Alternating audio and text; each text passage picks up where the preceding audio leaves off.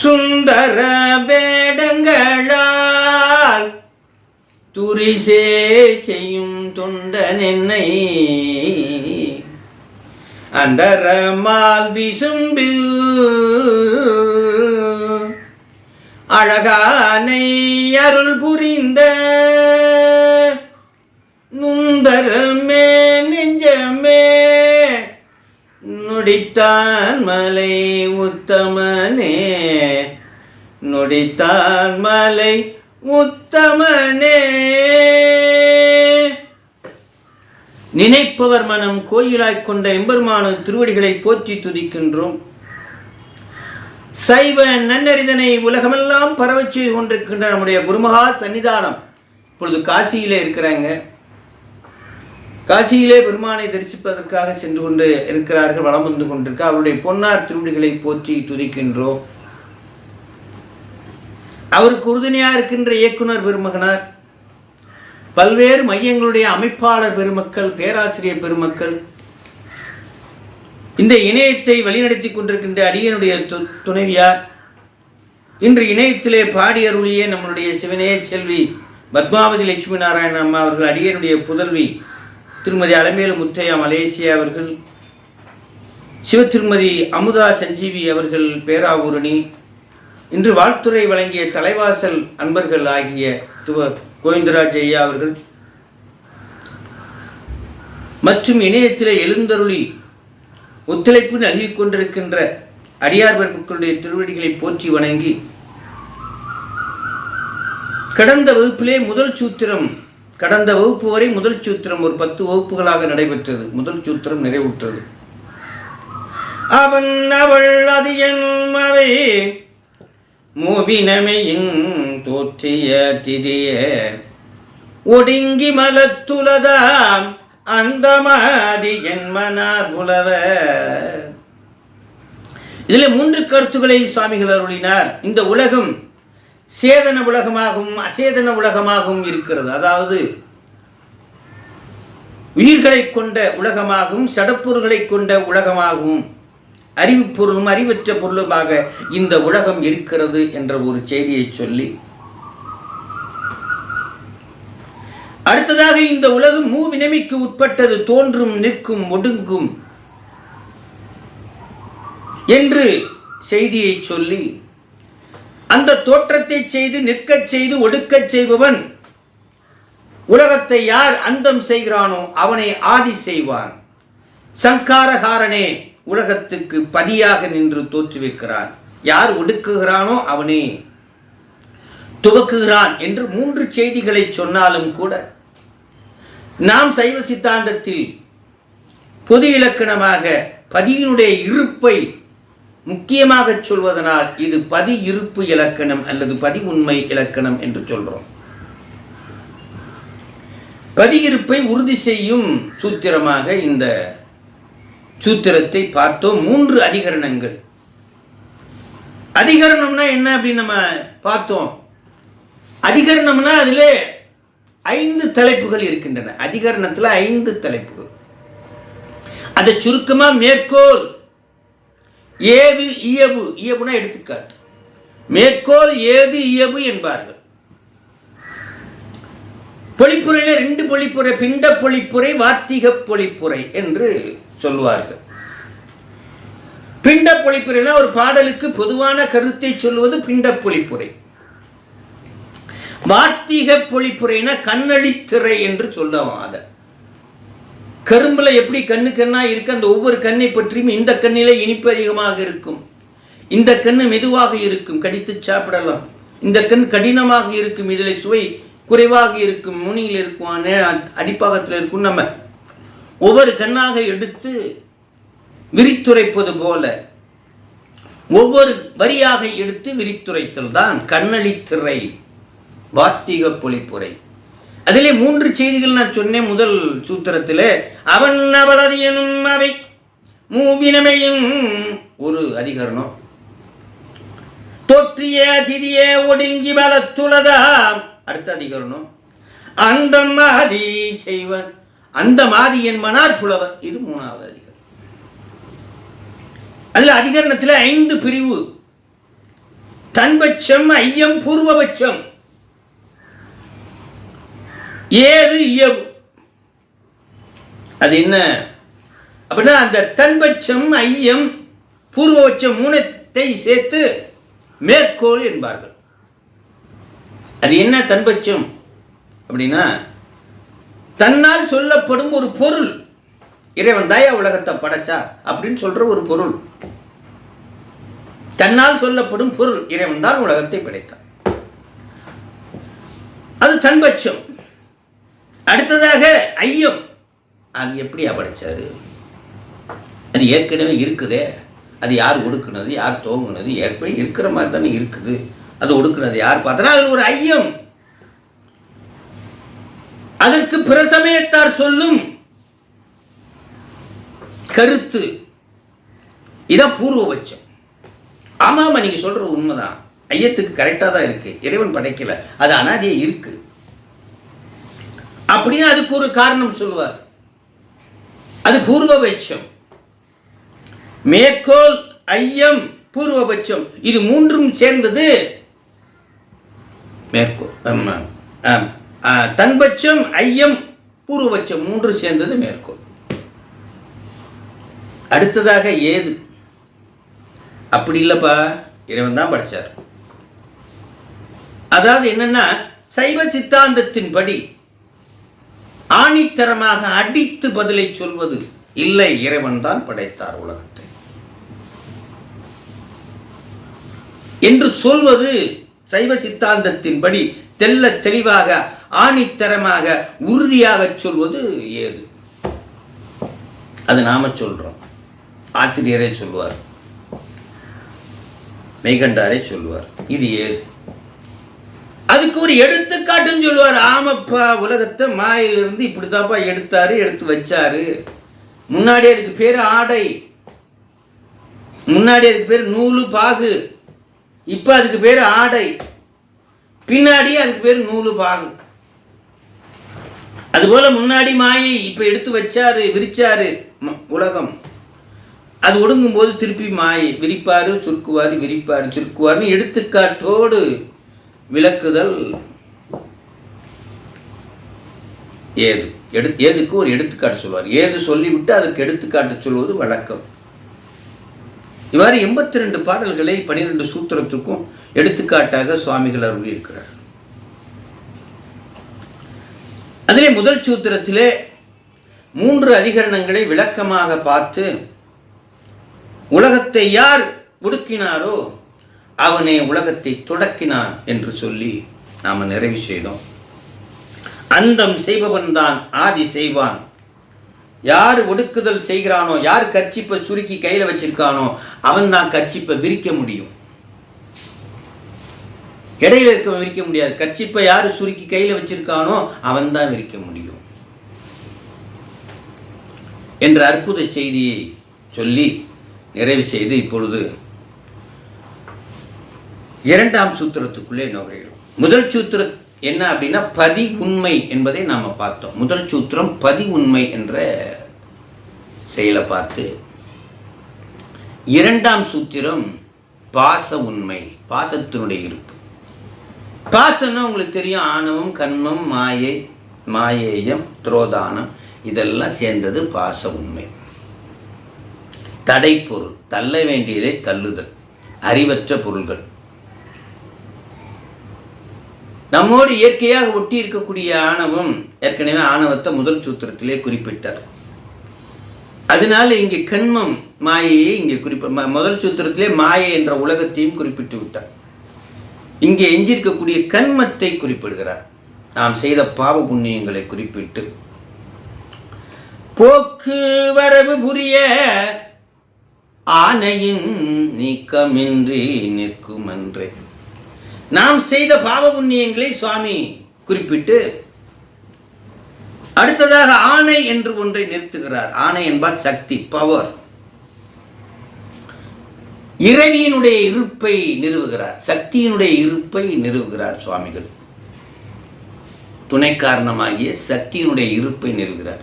அப்ப இங்க 2 விஷயத்தை சுவாமி சொல்றாரு. வினையினுடைய இருப்பை சொல்லி அதன் மூலமாக உயிர்கள் இறந்து பிறக்கின்றன என்ற ஒரு செய்தியையும்,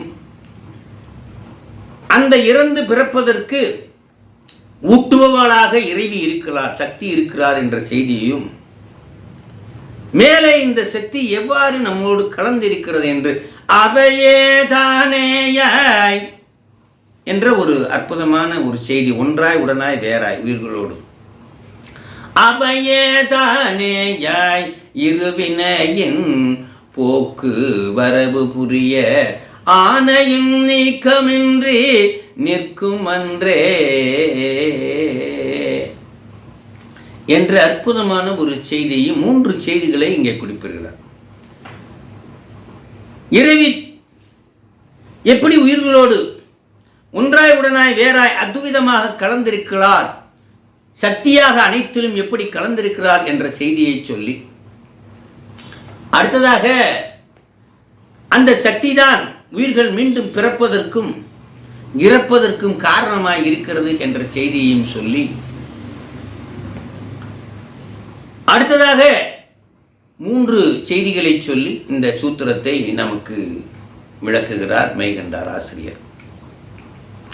அவையேதானேயாய் இருவினையின் போக்கு வரவு புரிய ஆனையின் நீக்கமின்றி நிற்கும் அன்றே.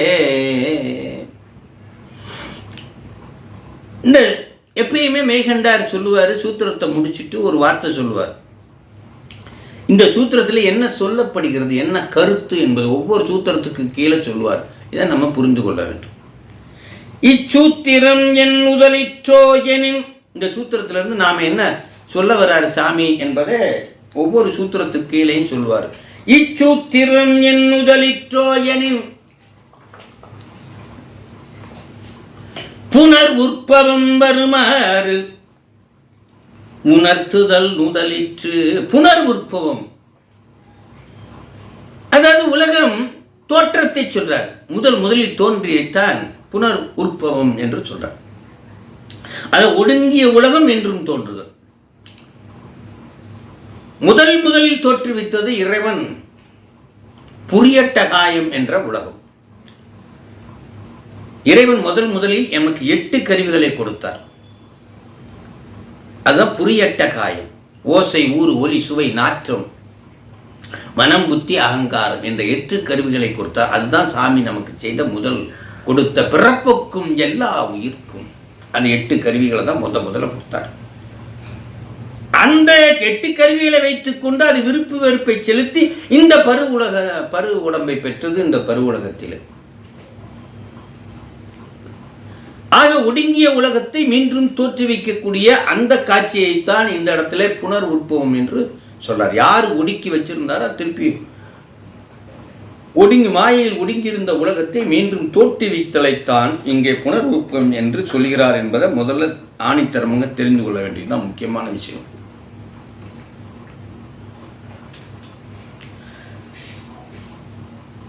நூற்பாவினுடைய கருத்து, ஒடுங்கியிருந்த உலகை உயிர்கள் மாட்டு நமக்காக, ஒடுங்கியிருந்த உலகை உயிர்கள் மாட்டு மீளத் தோற்றுவித்தல் இந்த நூற்பாவினுடைய முக்கிய கருத்து. இதை புனர் உற்பவம் அல்லது புது சிருஷ்டி என்று சொல்றாங்க. முதல் நூற்பாவிலே உலகம் தோன்றுவதற்கு முக்கியமான 3 காரணம் என்றும் என்பதை நாம பார்த்தோம். என்னன்னா, இந்த வயர் இருக்குது, இது பிளாஸ்டிக்கால் செய்யப்பட்டது. இந்த வயர் வேணும்னா முதல்ல மூலப்பொருள் வேணும், அதான் ரா மெட்டீரியல் அப்படின்னு சொன்னோம், அது பிளாஸ்டிக். அப்புறம் ஒரு அச்சு, இது வார்க்கிறதுக்கு ஒரு அச்சு வேணும், அது மெஷின் பவர் அப்படின்னு பார்த்தோம். இந்த மூலப்பொருளையும் அந்த மெஷினை இணைக்கிறதுக்கு ஒரு ஆள் வேணும், labour, men power, machine power, raw material power. இந்த 3 சேர்ந்தாதான் ஒரு பொருள் நமக்கு கிடைக்கும். அதுபோல இந்த உலகம் மென் பவராக இருப்பது இறைவன், ரா மெட்டீரியலாக இருப்பது மாயை, மெஷின் பவராக துணை காரணமாக இருப்பது சக்தி. என்று நம்ம பார்த்தோம். ஒரு மண் பாத்திரம் உற்பத்தியாக வேண்டுமென்றால் மூலப்பொருளாகிய முதல் காரணம் மண் வேணும். அந்த சக்கரம் என்று சொல்லக்கூடிய, சூரியன் என்று சொல்லக்கூடிய, நீர் என்று சொல்லக்கூடிய துணை காரணங்கள் வேண்டும். இந்த துணை காரணத்தையும் முதல் காரணத்தையும் ஒன்று திரட்டி ஒரு ஆள் செய்வான், அவன் தான் குயவன். மண் பாத்திரத்தை செய்வான், அவனை குயவன். அவன் தான் நிமித்த காரணம். அப்படியே இந்த உலகம் என்ற பெரிய மண் பாத்திரம் இருக்கு. எப்படி மீட்டுக்கு போச்சு? இவ்வளவு நேரம் சொன்னது கேட்டுச்சா?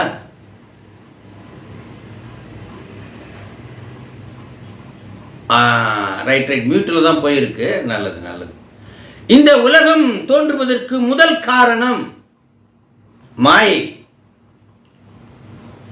துணை காரணம் சக்தி, நிமித்த காரணம் இறைவன். இதை மறக்கவே கூடாது. இந்த உலகத்தை பார்த்த மாத்திரத்திலேயே, பானையை பார்த்த மாத்திரத்திலேயே, பானையை செய்த ஒரு குயவன் இருக்கிறான், அவனை பார்க்கவில்லை. ஆனால் இந்த பானையை செய்த குயவன் இருக்கிறான் என்று ஒரு முடிவு கட்டினோம்.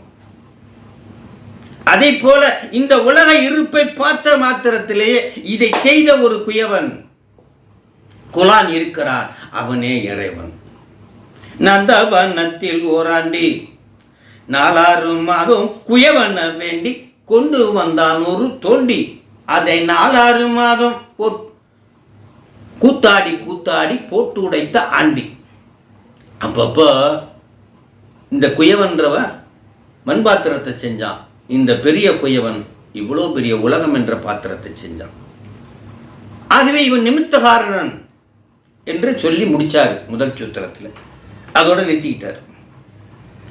ஆனால் முதல் காரணம் மட்டும் பத்தாது, நிமித்த காரணம் மட்டும் பத்தாது, முதல் காரணமாகிய மண் வேண்டுமே, மாயை வேண்டும். துணை காரணம் மாயையும் அதில் சொல்லிட்டார். ஆனால் இந்த துணை காரணம் மற்றும் மாயினுடைய ஒரு பகுதி இதெல்லாம் சொல்லலை. அதில் உலகம் என்று மட்டும்தான் முதல் சூத்திரத்தில் சொல்லி முடித்தார். தோன்றி நின்று ஒடுங்கும் தன்மை.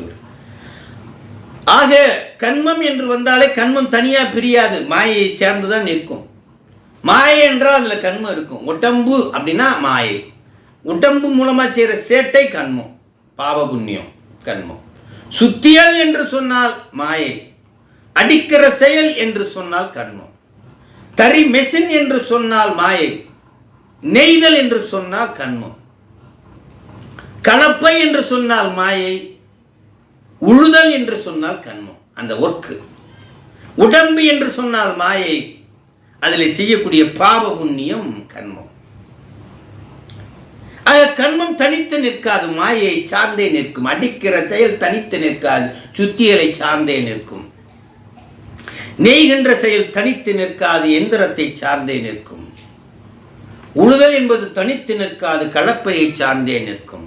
பாவ புண்ணியம் என்பது தனித்து நிற்காது, உடம்பை சார்ந்தே நிற்கும். ஆகவே இந்த சூத்திரத்திலே மாயை என்ற முதல் காரணத்துடைய இருப்பையும், சக்தி என்ற துணை காரணத்தின் இருப்பையும், உயிர்கள் அந்த மாயையை பெற்று அந்த உடம்பை பெற்று செய்த பாவ புண்ணியத்தின் அடிப்படையில் மறுபிறப்புக்கு வருகிறது என்ற செய்தியையும் சொல்லி நிறைவு செய்கிறார். இதான் பிண்ட பொழிப்புரை நூற்பாவுடைய கருத்து. இதிலே நாம சொன்னோம், என்ன சொன்னோம் அப்படின்னா, மேற்கோள் ஏது இயவு என்று சொன்னோம். அதிலே இங்கே இயவை 3 வகையிலே சுவாமிகள் அருளுகிறார். அது என்ன? இயவு 3 எடுத்துக்காட்டு 3 வகையிலே அணுகுகிறார் சுவாமிகள். எடுத்துக்காட்டு வெண்பாக்கள் 3 வகையிலே சுவாமிகள் அணுகுகிறார்கள். நியாய நூல் என்று வேதங்களில் சொல்லக்கூடிய நியாய நூல் அடிப்படையில் இந்த எடுத்துக்காட்டை 3 வகையிலே, ஒரு பொதுவான எடுத்துக்காட்டு, உத்தேச நிலையில் எடுத்துக்காட்டு, உத்தேசத்திற்கு இலக்கணம் சொல்லுது, பொதுவா ஒரு எடுத்துக்காட்டு சொல்லுவது, சொல்லப்பட்ட அந்த உத்தேசத்திற்கு ஐயமில்லாமல் ஒரு எடுத்துக்காட்டு சொல்வது, உத்தேசமாக சொல்லப்பட்ட எடுத்துக்காட்டுக்கு விரிவாக ஐயத்தை நீக்கும் அளவு முழுமையான ஒரு எடுத்துக்காட்டு. அதைத் தொடர்ந்து அந்த எடுத்துக்காட்டு எப்படி தோன்றியது என்ற வழிவகையை சொல்வது. ஆக 3 வகை இயல்புகளை இங்கே சொல்றார். அதுக்கு நியாய நூல்படி 3 பேர் வைக்கிறார். எடுத்துக்காட்டு 3. அந்த எடுத்துக்காட்டு 3க்கு பொது, எப்படி ஐயம் என்று விரிவாக வந்த வழி சொல்றது, அதுக்கு 3 பேர் வைக்கிறாங்க நியாய நூலில். முறைமை பற்றிய ஐயவு அப்படின்னா நீங்க பயந்துடக்கூடாது. உத்தேசமா ஒரு எடுத்துக்காட்டு சொல்றேன். உத்தேசமா முறைமை பற்றிய ஐயவு சொல்லப்பட்ட உத்தேசத்துக்கு ஐயமின்றி ஒரு எடுத்துக்காட்டு சொல்வது. அதைத்தான் ஆசங்கை பற்றிய இயல்பு. ஆசங்கை பற்றிய இயல்பு ஐயத்திற்கு இடமின்றி விளக்குகின்ற இயல்பு. 3வது அவாய் நிலை பற்றிய இயல்பு. இதுவே முக்கியம். அவாய் நிலை பற்றிய இயல்பு தான் முக்கியம். அதான் வந்த வழி சொல்லுது. இது கூறவில்லை என்றால் இந்த உதாரணம் முற்று பெறாமல் நின்றுவிடும். சொல்லப்பட்ட அந்த கருத்து முற்று பெறாமல் நின்றுவிடும். அந்த ஆதாரத்தை ஆணித்தரமாக எடுத்துக்காட்டோட சொல்லி முடிக்கிறது தான் ஆவாய் நிலை பற்றிய எடுத்துக்காட்டு. 3 வகை. ஒரு பொதுவான எடுத்துக்காட்டு, அதுக்கு முறைமை பற்றிய இயல்பு. அடுத்ததாக ஐயத்தை முழுவதும் நீக்குகின்ற ஒரு எடுத்துக்காட்டு, ஆசங்கை பற்றிய இயல்பு. ஏன்னா அந்த வடமொழி சொல் அப்படின்ற நியாய நூல், வடமொழியில் இருக்கக்கூடிய நியாய நூல் பற்றிய 3 எடுத்துக்காட்டு என்பதெல்லாம் வடமொழி சொல்லில் இருக்கு. அதை நான் உங்களுக்கு புரிகிற மாதிரி தமிழில் சொன்னேன்.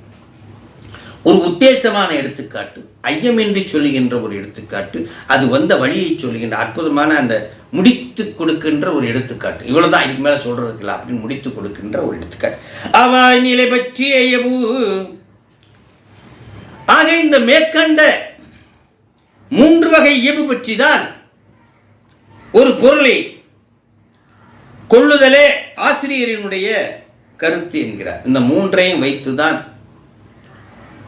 அந்த எடுத்துக்காட்டை சொல்லுவது ஆசிரியனுடைய இலக்கணமாக இருக்கிறது என்பதை சொல்றார். மெய்கண்டாரை எப்படி சொல்றாருன்னா, இந்த 3ஐ கணக்கில் கொண்டுதான் எடுத்துக்காட்டு அறிவிக்கிறார். மொத்தம் 82 பாடல்களை எடுத்துக்காட்டாக மெய்கண்டார் அறிவிக்கிறார். அந்த எடுத்துக்காட்டு எவ்வாறு இருக்கும் என்பதை இங்கே சொல்றார்.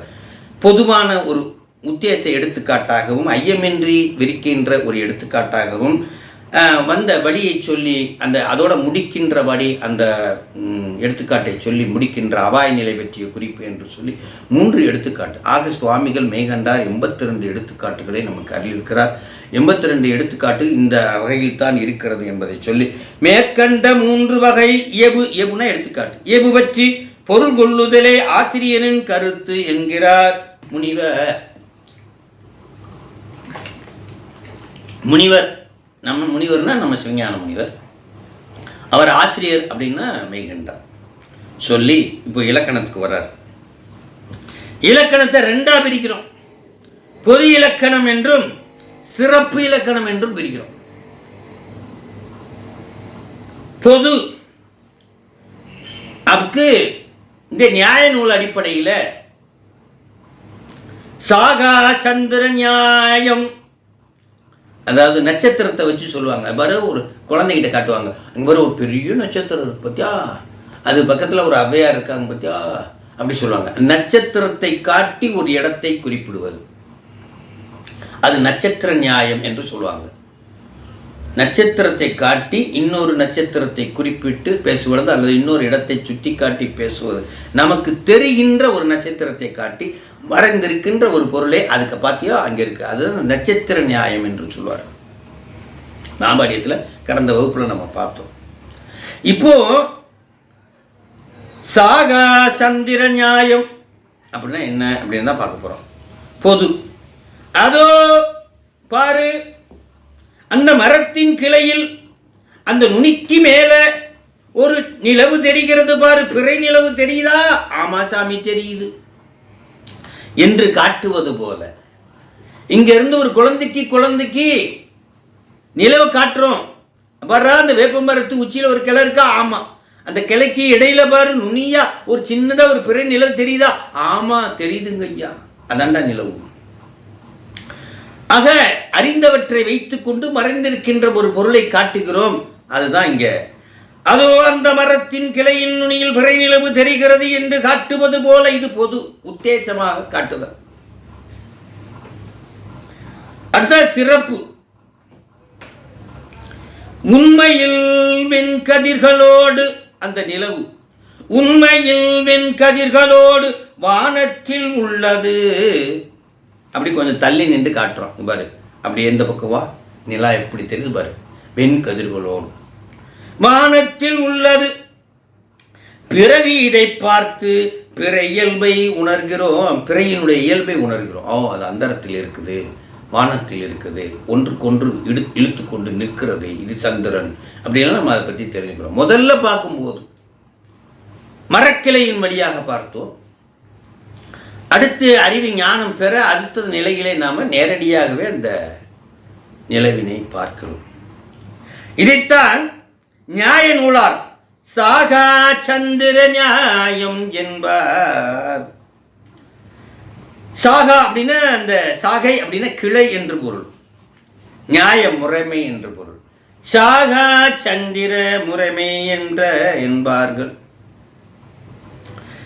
இந்நூற்பாவில் பொது இயல்பு கூறப்படுகிறது என்பதை புரிந்து கொள்ள வேண்டும். பொது இலக்கணம் முதல்ல 6 நூற்பாவுமே பொது இலக்கணம் தான்.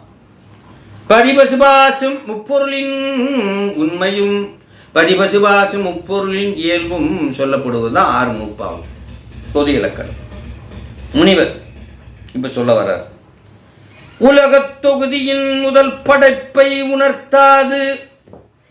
கேள்வி, கொஸ்டின். முதல்ல நான் சொன்னேன் பார்த்தீங்களா, ஓசை ஊர் ஒளி சுவை நாற்றம், முதல்ல அதான் கொடுத்தாரு. மனம் புத்தி அகங்காரம் புரியட்ட காயம். அதை பற்றி பேசல சாமி. அதை பற்றி பேசாம ஒடுங்கிய உலகத்தை மீண்டும் தூக்கதை பற்றி ஏன் பேசுகிறார்? அதான் கேள்வி. உலகத் தொகுதியின் முதல் படைப்பை உணர்த்தாது, ஒடுங்கிய பின் மீண்டும் தோன்றுவது பற்றி கூறுவது ஏன்? படைப்பை பற்றி சொல்லலையே, ஒடுங்கின உலகம் என்று தோன்றதை பற்றி தானே சொல்றாரு. தோன்றியதியே ஒடுங்கி வளத்துலதான் அந்தம் ஆதி என் மனார் புலவர். யார் அந்தம் செஞ்சானோ அவனை ஆதி செய்வான், அப்படித்தானே சொன்னாரு. முதல்ல என்ன நடந்ததுன்னு சொல்லலையே சாமி, அதை தான் இங்க சொல்றாரு. உலகத் தொகுதியின் முதல் படைப்பை உணர்த்தாது ஒடுங்கிய பின் மீண்டும் தோன்றுவது பற்றியே கூறினார் ஆசிரியர். இதை சாமியே கேள்வியை எழுப்புறார். இந்த தடை எழுப்புவாருக்கு முனிவர் பதில் சொல்றார். இப்படியெல்லாம் தடை எழுப்புவாருக்கு முனிவர் பதில் சொல்றார். 2 பதிலா சொல்றார் சாமிகள். முனிவர் 2 பதில் சொல்றார். பதில் 1 முதல் வகை பதில். உலகம் ஒரு பொருள் சர்க்காரியவாதம் மாயிலிருந்து தான் வந்துச்சு. உள்ளதே தோன்றும் இல்லது தோன்றாது உள்ளது அழியாதுல சர்க்காரியவாதம். உலகம் ஒரு பொருள் 33 முக்கியமான செய்திகள் சைவ சித்தாந்தத்தில் இருக்கிறது. அதில் முதல் செய்தியே சர்க்காரியவாதம் தான். உள்ளது தோன்றும் இல்லது தோன்றாது உள்ளது அழியாது. இது தெரிஞ்சாலும் நம்ம சைவ சித்தாந்தத்துக்குள்ளே வரலாம். இந்த கான்செப்டை நம்ம வச்சுக்கணும். அப்புறம் தான் அடுத்ததுக்கெல்லாம் வரலாம். ஒவ்வொன்று விதி, அந்த விதியை மாற்ற முடியாது. உலகம் ஒரு பொருள், உலகம் எண்ணற்ற ஒலிகளாய் தோற்றுவித்தும் ஒடுக்கப்பட்டும் வந்தது. நம் போன்றவர்களால் அதை அறிய முடியாது. நம் போன்றவர்களால் அதை அறிய முடியாத ஒன்று. உலகம் பல ஊழிக்காலமாக தோற்றுவிக்கப்பட்டும் ஒடுக்கப்பட்டும் ஊழிதோர் ஊழி முற்றும். எத்தனை ஊழின்னு சொல்லலை, ஊழிதோர் ஊழி முற்றும். உயர் பொன்னொடித்தான் மலையை சூழி செய்யின் கரும்பின் சுவை நாவலன் ஊரன் சொன்ன ஏழி செய்யும் தமிழார் இசைந்தேத்திய பத்தினையும் ஆழி கடலறையா அஞ்சையப்பர்க்கு அறிவிப்பதே. ஒவ்வொரு ஊழி எத்தனை ஊழி தெரியல, ஆனாலும் 12 ஊழி காலம் நடந்ததாக புராணங்களிலே சொல்றாங்க. சீர்காழி அப்படின்லாம் நம்ம சொல்றோம். 12 ஊழி காலத்திலையும் பிரம்மபுரம் வேணுபுரம் புகழி வெங்குரு நீர்பொருவில் திருத்தோணிபுரம் பூந்தராய் சிரபுரம் முன்பரு சண்மை நகர் படங்காடி கொச்சவயம் பரவு திரு கழுமளமாம் 12 திருப்பெயர்த்தால். ஒவ்வொரு ஊழிக்காலம் 12 ஊழிக்காலம் நடந்ததாகவும் 12 ஊழிக்காலத்திலையும் சீர்காழி மிதந்த ஊராகவும் உலகில் மிதந்த ஊர் மூழ்காத ஊராக இருந்ததும் என்றும் அப்படியே அந்த 12 ஊழிக்காலத்திலும் ஒவ்வொரு பேர் இருந்ததாகவும் நம்ம வரலாறு புராணங்கள் சொல்கின்றன. அவ்வளோதான். ஆனால் தெளிவாக சொல்றதுக்கு இல்லை. நம்போன்றால் எத்தனை ஊழிக்காலம் என்று உறுதியாக சொல்வதற்கு இல்லை என்பதை முனிவர் இங்கே சொல்றார். உலகத் தொகுதியின் முதல் படைப்பை உணர்த்தாது ஒடுங்கிய பின் மீண்டும் தோன்றுவது பற்றி ஏன் கூறினார்னா அதுக்கு முதல் பதில் சொல்றான். உலகம் ஒரு உள்பொருள் உலகம் எண்ணற்ற ஒளிகளாய் தோற்றுவித்தும் ஒடுக்கப்பட்டும் வந்தது நம் போன்றாரால் அறிய முடியாது. ஈசல் நினைக்குமா? மனுஷன் ஜாகவே மாட்டான். நம்ம பிறந்தோம் அன்னைக்கே இறந்துட்டோம், இவனுங்களாம் சாகவே மாட்டான் நினைக்கும். அதுபோல தான் நாம செத்துருவோம் போல இருக்கு. இந்த உலகம்தான் சாகாது போல இருக்கு. அது மாதிரி தான். அது முதல் அதிகாரத்தில் நமக்கு விளக்கம் அங்கே சொல்லுவார். முதல் சூத்திரத்தில் முதல் அதிகாரத்தில் விளக்கமாக சொல்லுவார். இங்கே 2வது பதில சாமி சொல்றார். முதல் நூற்பாவில் சங்காரகாரனாகிய அந்தம் செய்பவன் இந்த உலகத்தை ஒடுக்கி மீளவும் தோன்றும் என்பதன் பற்றி சொன்னார். மீளவும் எவ்வாறு தோன்றும் என்று விளக்கப்படுகிறது. எப்படி மீள தோன்றுது அப்படின்ற விளக்கப்படுகிறது. அது போற்றிப்பவர்களில் உமாபதி சிவாச்சாரியார் 11வது கண்ணியிலும் 12வது கண்ணியிலும் 13வது கண்ணியிலும் சொல்றாருன்னு சாமி சொல்றார். கற்புலனார் காணார்த்தம் கை கொடுத்த கோலே போல் பொற்புடைய மாயையை புனர்பின் கண். 11ஆம் கன்னி. பிறவியில ஒரு குருடே கண்ணு தெரியாது.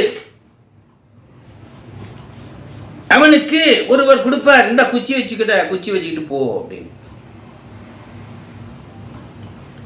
சுந்தரர் கண்ணு இருந்து போச்சு. அவருக்கே முடியல. அவருக்கும் சாமி குச்சி தான் கொடுத்தார். ஆனால் இங்கே சொல்லப்படுகிற பிறவி குருடர், அவனுக்கு குச்சி. பிறவி குருடர் சுந்தரரை போல கண் பெற்று மீண்டு போய் கண் குச்சி கொடுக்கல. பிறவினா என்ன? பிறவி குருடர். அது அப்படியே இங்கே பாட்டுக்கு வர்றாரு. அடுத்த பாட்டுக்கு தனகரணமும் புவனமும் தந்து அவற்றால் மனமுதலால் வந்த விகாரத்தால். என்ன அப்படின்னா, இங்கே ஆணவத்தினுடைய மறைப்பால் உயிர் பிறந்து அறிவே செயல்படாமல், அறிவு இச்சை செயல் 3 செயல்படாமல் பிறவி குருடன் போல இருந்தது என்று இங்கே குறிப்பிடுகிறார். பிறவி குருடனுக்கு ஒரு குச்சியை கொடுத்தது போல பிறவி அனாதியே அறிவு இச்சை செயல் 3 ஆணவத்தால் செயல்படாமல் இருந்த இந்த உயிருக்கு ஒரு குச்சியை கொடுப்பது போல இந்த உடம்பையும் உடம்பு சார்ந்த கை காலு கண்ணு மூக்கு மனம் புத்தி அகங்காரம் என்ற கருவி கரணங்களையும் அந்த கரணம் உட்பட தனுகரணம் வாழ்வதற்கான உலகம் புவனம், தனுகரண புவனம் போகம், அம்மா அப்பா அண்ணன் தம்பி அக்கா தங்கச்சி காரு பங்களா தோட்டம் துறவு சடபோகம் உயிர் போகம் எல்லாத்தையும் கொடுத்தார். தனுகரண புவன போகம் மாயையில் இருந்து அருளி இந்த வினை 2ம் காட்டி அதனால் பிறப்பாக்கி என்று 11, 12, 13ஆம் கன்னிகளிலே பிறப்பதற்கான அந்த வழியை சொல்லி எப்படி சாமி இந்த உயிர்களுக்கு உடம்பை கொடுத்தார் அதுதான் இங்க சொல்றார். ஆணவத்தால் கண்ணற்ற குழந்தையை போல் கிடக்கும் உயிருக்கு ஆணவத்தால் பிறவியிலேயே கண்ணற்ற குழந்தை போல் கிடக்கும் உயிருக்கு மாயையில் இருந்து இறைவன் நுண்ணுடலை படைத்தளிப்பன். நுண்ணுடல்னா சொன்னேன் பாருங்க. ஓசை ஊறு ஒலி சுவை நாற்றம் சூக்கும பஞ்சபூதம் தன்மாத்திரைன்னு பேரு. தன்மாத்திரை அப்படின்னா என்ன அப்படின்னா, குணம் உயிர்களுக்கு இந்த உடம்பை பெற்றதனால் வந்தது. நமக்கு இருக்க குணம் 3 குணம். சித்தம் பிரகிருதி மாயில சித்த அந்த தத்துவம் எப்போ தோன்றுதோ குணம் 3 தோன்றுது. ஆக நமக்கு இருக்க கோபக்கார குணம், சாத்விக குணம் அமைதியான குணம், தாமச குணம் சோம்பேறி குணம், மூணும் எதன் அடிப்படையில் நமக்கு கிடைச்சதுன்னா உடம்பை பெற்ற அடிப்படை. இந்த மூன்றுமே உடம்பு சார்ந்தது, உயிர் சார்ந்தது அல்ல. உயிரை சார்ந்தது அல்ல, உடம்பை சார்ந்தது. ஆனால் அந்த உயிர் தான் அந்த உடம்பை சார்ந்து கிடைக்கக்கூடியதை வைத்துக்கொண்டு பாவ புண்ணியங்களை உயிர் தான் செய்கிறது. ஆக மாயா காரியமாகிய இந்த மூன்று உடம்பை பெற்றவுடன் இந்த உயிருக்கு மூன்று குணங்கள் கிடைக்கிறது மாய காரியத்தின் மூலமாக. சாத்விக குணம், ராட்சச குணம், இது ரெண்டு குணம் தான். மூணாவது குணம் ஒன்று இல்லை உயிருக்கு. அந்த உடம்பை பெற்றவுடன் வரல, ரெண்டே குணம் தான். கோபக்கார குணம், நல்ல குணம், சாத்விகம், ராட்சசம். இதுல பாதி சேர்ந்தது தான் தாமசம். இதுல பாதி அதுல பாதி தாமசம். சாத்விக குணமோ ராட்சச குணமோ ஒன்றுமில்லாத, இதுல பாதி அதுல பாதி ஒரு பொதுவான நிலையில் இருப்பதனால இதுக்கு தன்னளவில் நிற்பதால் இதுக்கு பேர் தன்மாத்திரை என்று பெயர். சாத்விகமோ ராட்சசமோ இல்லாமல் இதுல பாதி அதுல பாதி எதுவும் சொல்ல முடியாது. தன்னளவில் நிற்பதால் இது தன்மாத்திரை. அது அகங்காரத்துல தைசத அகங்காரம், வைகரி அகங்காரம், பூதாதி அகங்காரம், மூணா பிரியுது செயல் ஒர்க்கு. அதிலே இந்த ஓசை ஊறு ஒலி சுவை நாற்றம் இறைவன் நமக்கு கருவிகளாக கொடுக்கிறார். ஓசை ஊர், ஓசையில் இருந்து ஆகாயம் தோன்றியது, ஊரில் இருந்து காற்று தோன்றியது, ஒளியிலிருந்து நெருப்பு தோன்றியது, நீரில் அந்த சுவையிலிருந்து நீர் தோன்றியது, நாற்றத்திலிருந்து மண் தோன்றியது. ஆக சூக்கும பஞ்சபூதம் என்று இதற்கு பெயர் தன்மாத்திரை. இந்த ஐந்தும் மனம் புத்தி அகங்காரம் என்ற மூன்றும், இது மூணு சேர்ந்துதான் நுண் உடம்பு, சூக்கும உடம்பு, புரியட்ட காயம்.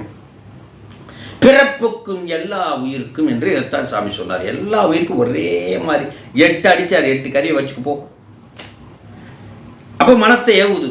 மனம் கிடைச்ச உடனே குஷி ஆயிடுச்சு. இந்த உயிர் மனத்தை ஏவுது. சில உயிர்கள் விருப்பத்தை வித்தியாசமாக, எனக்கு 2 கை 2 கால் இருந்தால் எப்படி இருக்கும், உடனே மனுஷன் வரும். ஒரு விலங்கை கடிக்கிற மாதிரி இருந்தால் எப்படி இருக்கும் அப்படின்னு அது நினச்சிது உடனே சிங்கம். இப்படி பருவுடம்புகளை இறைவன் அதது இச்சைக்கு ஏற்றபோல் பருவுடம்புகளை படைத்து கொடுத்து அதன் மூலமாக வினை சைக்கிள் ஆரம்பித்து பிறப்புக்கும் இறப்புக்கும் உள்ளாகி கொண்டே இருக்கு. அப்போ இறைவன் முதலில் கொடுத்தது பிறப்புக்கும் எல்லா உயிருக்கும் அந்த புரியட்ட காயம், மனம் புத்தி அகங்காரம் என்று சொல்லக்கூடிய 3 கருவியும், ஓசை ஊறு ஒலி சுவை நாற்றம் என்ற 5 தன்மாத்திரைகளையும் கொடுத்தார். 8 கருவி தான். 31ல் 8 கருவிகளை இறைவன் முதல்ல கொடுத்தார். அதான்.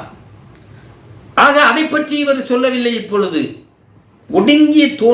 தோன்றிய அந்த ஒடுங்கிய உலகத்தை மீண்டும் தோற்றுவதை பற்றி தான் பேசுகிறார் என்று இங்கே சொல்ல வர்றார் சாமி.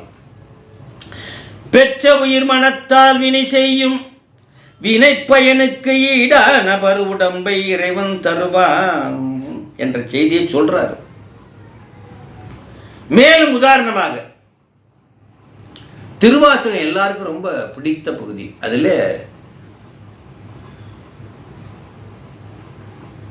திருவாசகம் திருச்சதகத்திலே 100 பாடல்கள் கொண்ட பகுதியிலே அந்த நிறைவு அதீதம் ஆனந்த அதீதத்திலே 96வது பாடல் ஆனந்த அதீதம். மாறில்லாதம்மா கருணை வெள்ளமே என்று அந்த நினைக்கிற அந்த பாட்டு. அதுல 96வது பாடல்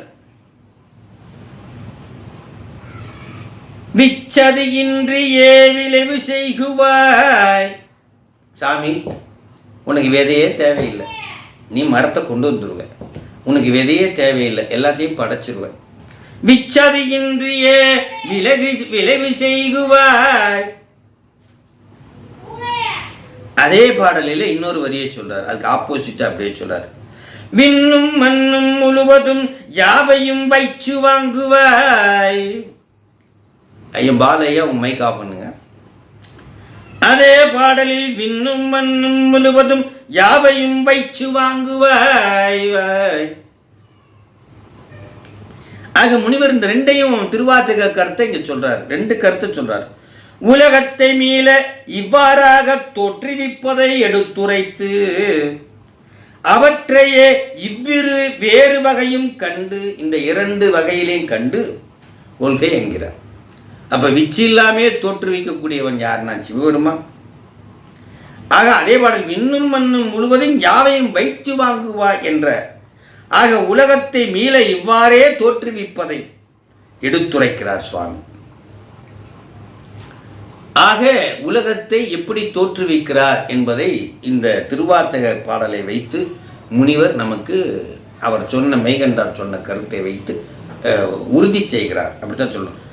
விண்ணும் மண்ணும் முழுவதும் யாவையும் வைச்சு வாங்குவாய் படைப்பாய் என்று சொல்றார். படைப்பாய், நீ நினைச்சா வித்தில்லாமையே படைப்பாய். அதே இந்த ரெண்டு வேறு வகையும் இங்கே சுவாமி சொல்றார். இந்த ரெண்டு வகையும் படைத்து இப்பொழுது இந்த பாடலிலே நமக்கு படைத்த அந்த உலகத்தை ஒடுங்கி இருந்த அந்த உலகத்தை படைப்பதை பற்றி இங்கு குறிப்பிடுகிறார் என்ற செய்தியை இங்கு சாமி குறிப்பிடுகிறார். இரண்டாம் சூத்திரம் அவையேதானேயாய். இப்பதான் பாட்டுக்குள்ள வர்றார். அவையேதானேயாய் இருவினையின் போக்கு வரவு புரிய ஆணையின் நீக்கமின்றி நிற்கும் என்றே பிண்ட பொழிப்புரை சொல்றார். ஒரு பொதுவான பொழிப்புரையை இங்கே சுவாமிகள் அருளுகிறார். ஆணை அப்படின்னா சக்தி, பவர். அதை சிற்சக்தி என்றும் சொல்வார்கள். உயிர்களின் வினைக்கு ஏற்ப பிறந்து இறந்து வருமாறு ஆணையில் நின்றும் பிரிப்பிண்டு நிற்பான் இறைவன்.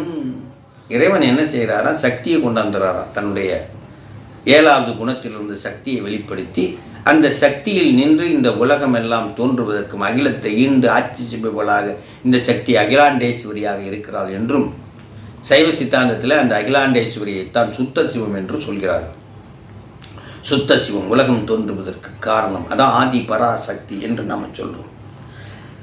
ஆக ஆணையில் நின்று இந்த உயிர்கள் மீண்டும் பிறந்தும் மீண்டும் இறந்தும் வருவதற்கு ஆணையில் நின்று யார் நிற்கிறார்? சாமி நிற்கிறாரு. எல்லாம் சக்தியில் நின்று இதெல்லாம் செய்கிறார் என்று சொல்றார். சக்தி செய்தாலும் செய்பவன் இறைவன் என்றுதான் பொருள். பிரம்மன் படைத்தால் செய்பவன் இறைவன் என்றுதான் பொருள். திருமால் காத்தாலும் செய்பவன் இறைவன் என்றுதான் பொருள். அதுதான் நம்ம இங்கெல்லாம் நம்ம சொல்லி கொண்டு இருக்கிறோம். ஆக ஆணையில் நின்று பிரிப்பின்றி நிற்பன் இறைவன். ஆக சிவ அது பிரிக்க முடியாது. மிளகாயின் இருந்தால் காரம் இருக்கத்தான் செய்யும், பழம் இருந்தால் சுவை இருக்கத்தான் செய்யும். காரம் இல்லாத மிளகாய் யாராவது வாங்குவாங்களா? வாங்க மாட்டோம். சுவை இல்லாத பழத்தை யாராவது வாங்க மாட்டோம். அதுபோல இறைவன் சக்தியை விட்டு பிரியவதில்லை, சக்தியும் இறைவனை விட்டு பிரிவதில்லை. பிரிப்பின்றி நிற்கும். உடையால் உந்தன் நடுவிற்கும் உடையால் நடுவில் நீருத்தி அடியே நடுவில் இருவீரும் இருப்பதாம். சிவசிவ என்ற மந்திரம் இருக்கு.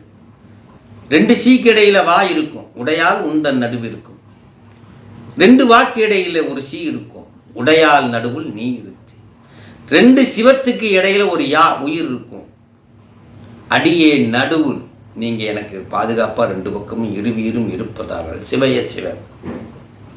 அடியே நடுவில் இருவீரும் இருப்பதாலா அடியார் நடுவில் இருக்கும் அருளை புரியார் நம்பலத்தாடு முடியா முதலே என் கருத்து முடியும் வண்ணம் என்று கோயில் மூத்த பதிகத்தில் அருள்கின்றார் சுவாமி. ஆக பிண்ட பொருள் இதை எப்படி பிரிப்பின்றி சக்தியும் சிவனும் இருக்கிறார்கள் என்பதை இந்த பாட்டிலே ஒரு முனிவர் சொல்றார்.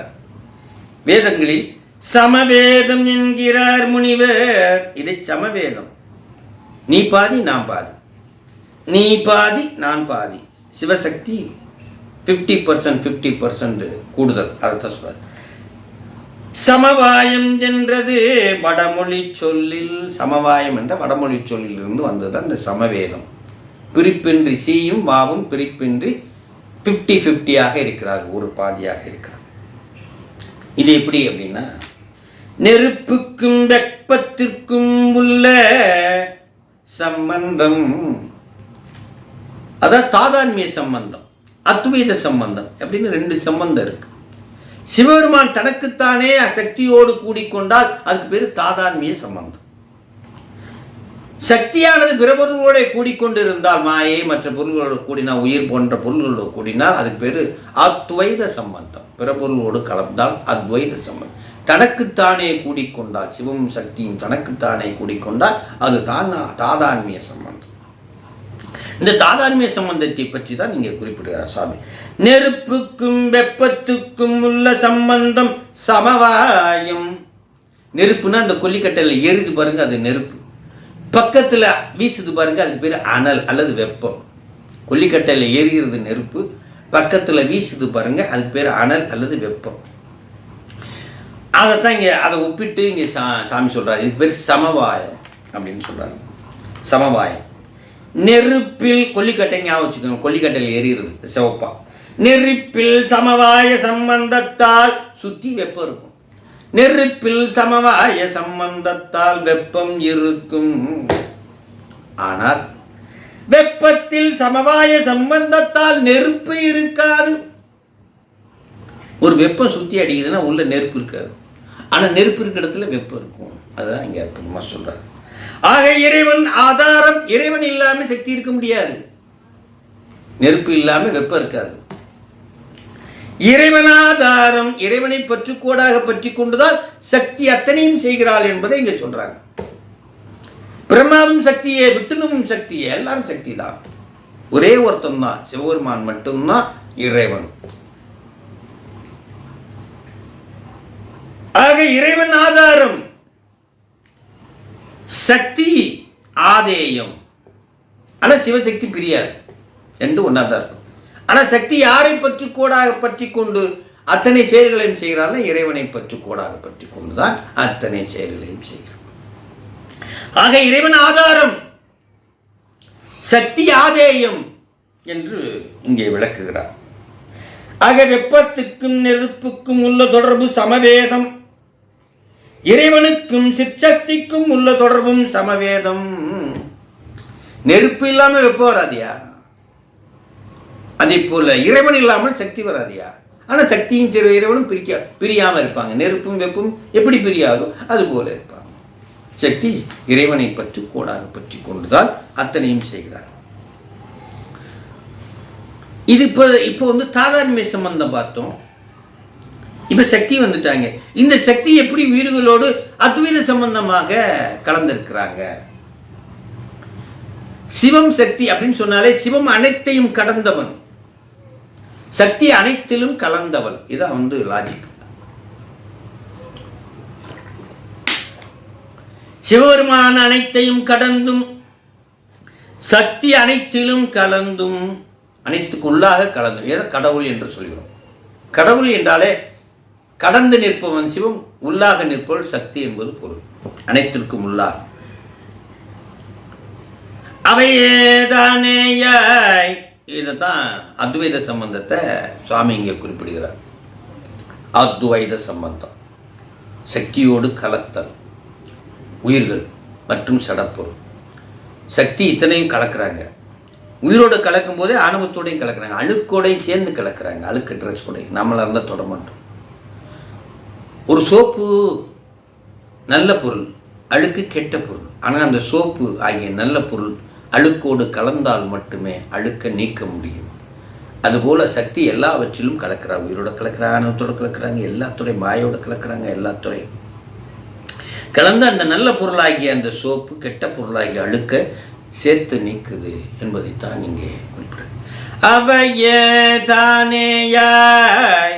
எப்படிங்க அது கலந்துருக்காங்க? அதான் லாஜிக். சோப்பில் தண்ணி வச்சு அழுக்குக்குள்ளே அப்படி போகுதுன்னு நம்ம சொல்லலாம். ஆனால் உயிர்களோடு எப்படி சக்தி கலந்துருக்காங்க அப்படின்றத நம்ம எப்படி சொல்கிறது? சோப்பில் தண்ணி ஊற்றணும், அது அப்படியே போச்சு, அப்படியே உள்ளே போச்சு, ரெண்டு கண்ணு கடையில் உள்ளே போச்சு, நூல் கடையில் உள்ளே போச்சுன்னு நம்ம கதை உள்ளலாம். ஆனால் இதில் எப்படி விடுவீங்க? உயிரோடு எப்படி கலந்துருக்காங்க சாமி? ஒரு பாதியாக கலந்துருக்காங்களா, இல்லை தலைமையில் உட்காந்துருக்காங்களா, கையில் எப்படி சொல்கிறது? அதைத்தான் அற்புதமான சைவ சித்தாந்த கருத்து, அத்வைத கொள்கை. நம்மளுடைய சைவ சித்தாந்தத்துக்கும் பிற சமயத்திற்கும்னா மூணே வித்தியாசம்தான். அத்வைத கொள்கையில் மூணே வித்தியாசம்தான். ஐந்தொழில் செய்வான் இறைவன், அது முதல். பல உருவங்களை எடுப்பான் இறைவன், ரெண்டு. மூன்றாவது அதி முக்கியமான விஷயம்தான் ஒன்றாய் வேறாய் உடனாய் அத்வைதமாக கலந்து. இந்த மூன்றை பற்றி வேற எந்த சமயமும் சொல்வதில்லை. அதனால தான் நம்ம முருகர், விநாயகர் பல உருவங்களை தெய்வமாக வழிபடுற காரணம் பல இறைவனுடைய ஆற்றல்கள் இப்படி பேர் வைத்து கொண்டு நிற்கின்றன. அவ்வளோதான். இறைவனுடைய ஆற்றல் தண்ணியும் ஒன்றுதான், நீராவியும் ஒன்றுதான், ஐஸ் கட்டியும் ஒன்றுதான். நீராவி தேவைப்படுறதுல நீராவியை பயன்படுத்துகிறோம், ஐஸ் கட்டி தேவைப்படுறதுல ஐஸ் கட்டியை பயன்படுத்துகிறோம், தண்ணி தேவைப்படுறதுல தண்ணியை குடிக்கிறோம். அவ்வளோதான். ஆக சைவ சித்தாந்தத்துக்கும் பிற சமயத்துக்கும் உள்ள முக்கியமான வேறுபாடு இதுதான். அவையே தானேயாய், ஒன்றாய் வேறாய் உடனாய் இறைவி அனைத்து பொருள்களும் கலந்திருக்கின்றது. முதல் இறைவன் ஐந்தொழில் செய்கிறான் என்பதை வேற யாரும் சொல்ல மாட்டாங்க, முத்தொழில் தான் சொல்லுவாங்க. ஆகவே இது ரெண்டு. இறைவன் எத்தனை உருவங்களை எடுத்து உயிர்களுக்கு அருள் பாலிக்கிறான் என்பதை இங்கே சொல்கிறது. பல உருவங்கள் எடுப்பான். இந்த மூன்று வித்தியாசம்தான் பிற சமயத்துக்கும் நம்ம சமயத்துக்கும் உள்ள பிரதான வேறுபாடு. அதைத்தான் இங்கே குறிப்பிட அவையே தானேயாய். இதை இரட்டுற மொழிதல் ஆக பிரிக்கிறார் சுவாமி. இரட்டுற மொழிதலாக மூன்றாக பிரிக்கிறார். அவையே அவையே ஆய், இது ஒன்றாய். அவையே ஆய் ஒன்றாய், தானே ஆய் வேறாய். அவையே தானேயாய் இதான் உடனாய். முதல் ரெண்டும் ரொம்ப ஈஸி. இந்த மூணாவது சொல்ற உடனாய் இது மட்டும் ரெண்டு காரியம் செய்கிறார் சுவாமி. அதை பின்னாடி பார்ப்போம். அவையே யாய் இது ஒன்றாய். அவையே தான் அவையே தானேயாய், தானேயாய் அவையே தானேயாய் என்று ஒன்றாய் வேறாய் உடனாய் என்று இறைவன் உயிர்களோடும் சடத்தோடும் கலந்திருக்கின்ற முறைமையை சொல்வது இந்த முதல் இது என்று சொல்லி, வினை தனித்து நிற்காது. நாம் செய்த பாவ புண்ணியம் தனித்து நிற்காது. நான் அப்பதே சொன்னேன், சுத்தியல் தனித்து நிற்காது. சரி, அடிக்கிற செயல் தனித்து நிற்காது, மாயை சார்ந்துதான் நிற்கும். நெய்தல் தொழில் தனித்து நிற்காது, எந்திரத்தை சார்ந்துதான் நிற்கும். உழுதல் தொழில் தனித்து நிற்காது, கலப்பையை சார்ந்துதான் நிற்கும். நாம் செய்த பாவ புண்ணியமும் தனித்து நிற்காது, நம் உடம்பை சார்ந்து நிற்கும். உடம்பு என்பது மாயை. நான் இப்போ ஒரு பக்கம் சொன்னதெல்லாம் மாயை, ஒரு பக்கம் சொன்னதெல்லாம் கர்மம். ஆக வினை தனித்து நிற்காது, ஒரு செயல் தனித்து நிற்காது, அது மாயை சார்ந்தே நிற்கும்.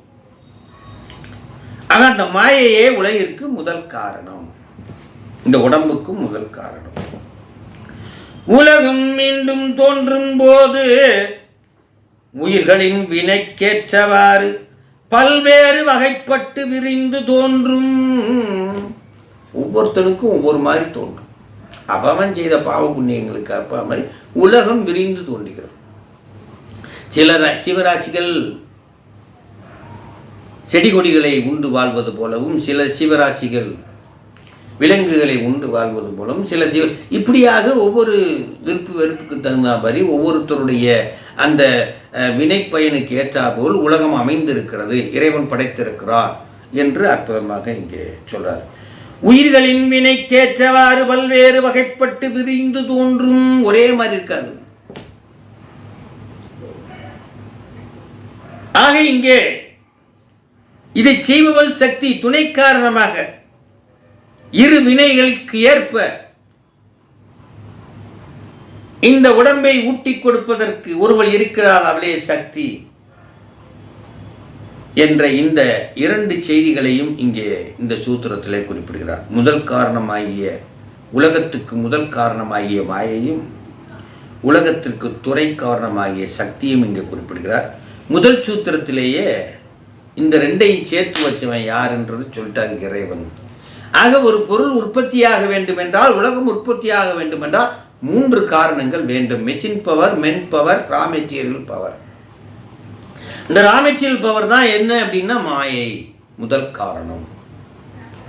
மெஷின் பவர் அத சக்தி, சக்கரம், அங்கெல்லாம் சக்கரம் சொல்றோம், பானை செய்யறது சக்தி, எல்லாத்துக்கும் காரணமா செயல்படுத்துறவர் அவர்தான் மெஷின் பவர். அடுத்ததாக நிமித்த காரணம். ரெண்டையும் சேர்த்து, மெஷினையும் பொருளையும் சேர்த்து அச்சடித்து பொருளாக கொண்டு வர்றது யார் அப்படின்னா இறைவன், நிமித்த காரணம். ஆக சக்தி என்பவள் நிமித்த காரனை பற்றி கோடாக பற்றி கொண்டுதான் அத்தனையும் செய்கிறாள் என்பதை சொல்றார். ஆக முதல் நூற்பாவில் நிமித்த காரணம் உண்மையை சொல்லிய அந்த நிலையிலிருந்து இந்த நூற்பாவில் முதற் காரணமாகிய மாயையும் துணை காரணமாகிய சக்தியையும் நிறுவுகிறார் என்று சொல்லி இங்கே சக்தி உண்மையையும் மாயை உண்மையையும் கண்ம உண்மையையும் நிலைநாட்டுகிறார். அதன் காரணமாக உயிர்கள் மீள பிறந்தும் இறக்கிறது என்ற செய்தியையும் இங்கே சொல்லி இந்நூற்பாவில் புனர் உற்பவம் என்றும் புது சிருஷ்டியே அன்றி முதல் சிருஷ்டி அல்ல, புது சிருஷ்டி தான், முதல் சிருஷ்டி அல்ல. அதான் முதல்ல அவர் கொடுத்தது என்ன? ஓசை, ஊர், ஒலி, சுவை, நாற்றம் என்று சொல்லக்கூடிய தன்மாத்திரைகள் ஐந்தும் மனம், புத்தி, அகங்காரம் என்ற 8 கருவிகளே முதல்ல கொடுத்தார். ஆக இந்த நூற்பாவில் புனருப்பம் என்றும் புது சிருஷ்டியை அன்றி முதல் சிருஷ்டி அல்ல என்பதை இங்கே சொல்றார். முதல்ல உயிர்களுக்கு கொடுத்த அந்த கருவிகளை பற்றி இங்கே பேசவில்லை. புனர் உற்பவம் என்று சொல்லக்கூடிய அந்த புது சிருஷ்டியை மட்டும்தான் பேசுகிறார்.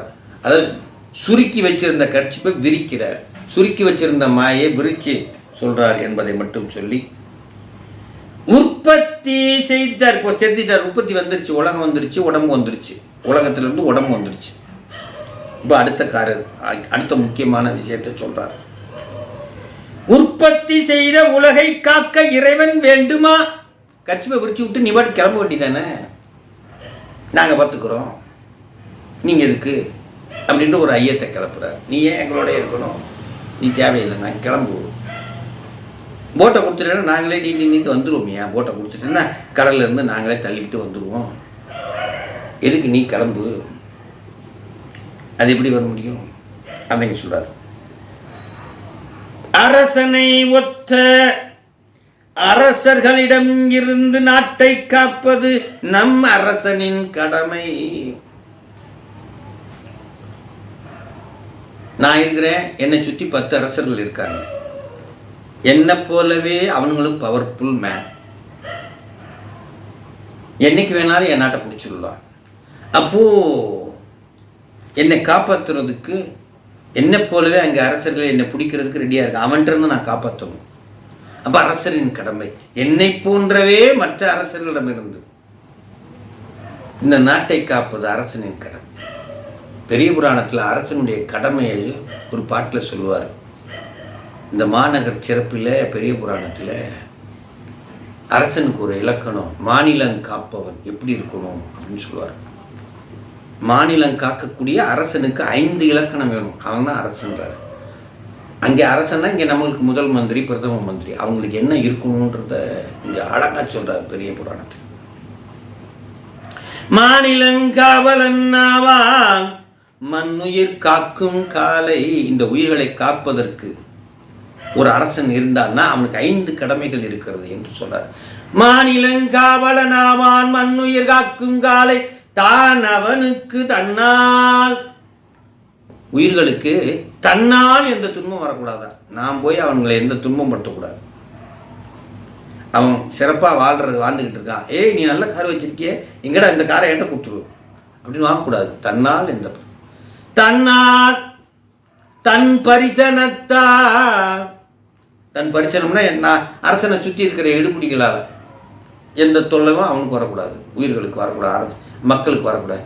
தன்னால் தன் பரிசனத்தால் ஊனமிகு பகை நிறத்தால். பகைவர்கள்ட்ட இருந்து நம்மளை காப்பாற்றணும். ஊனமிகு பகை நிறத்தால் கல்வரால். 4வது கல்வரால். நான் சம்பாதிச்சு கஷ்டப்பட்டு வச்சிருப்பேன், எவனாவது என்கிட்ட இருந்து கொள்ளையடிச்சு போயிடக்கூடாது. கல்வரால் உயிர்தம்மால். பிற உயிர்கள் மூலமாக ஒரு கரடியோ புலியோ சிங்கமோ அல்லது வேற உயிர்கள் என்னை தாக்கி எனக்கு எந்த செல்வம், பிற உயிர்கள் இடத்துலேருந்து என்னை காப்பாற்றணும். ஆக அரசனுக்கு 5 இலக்கணம்.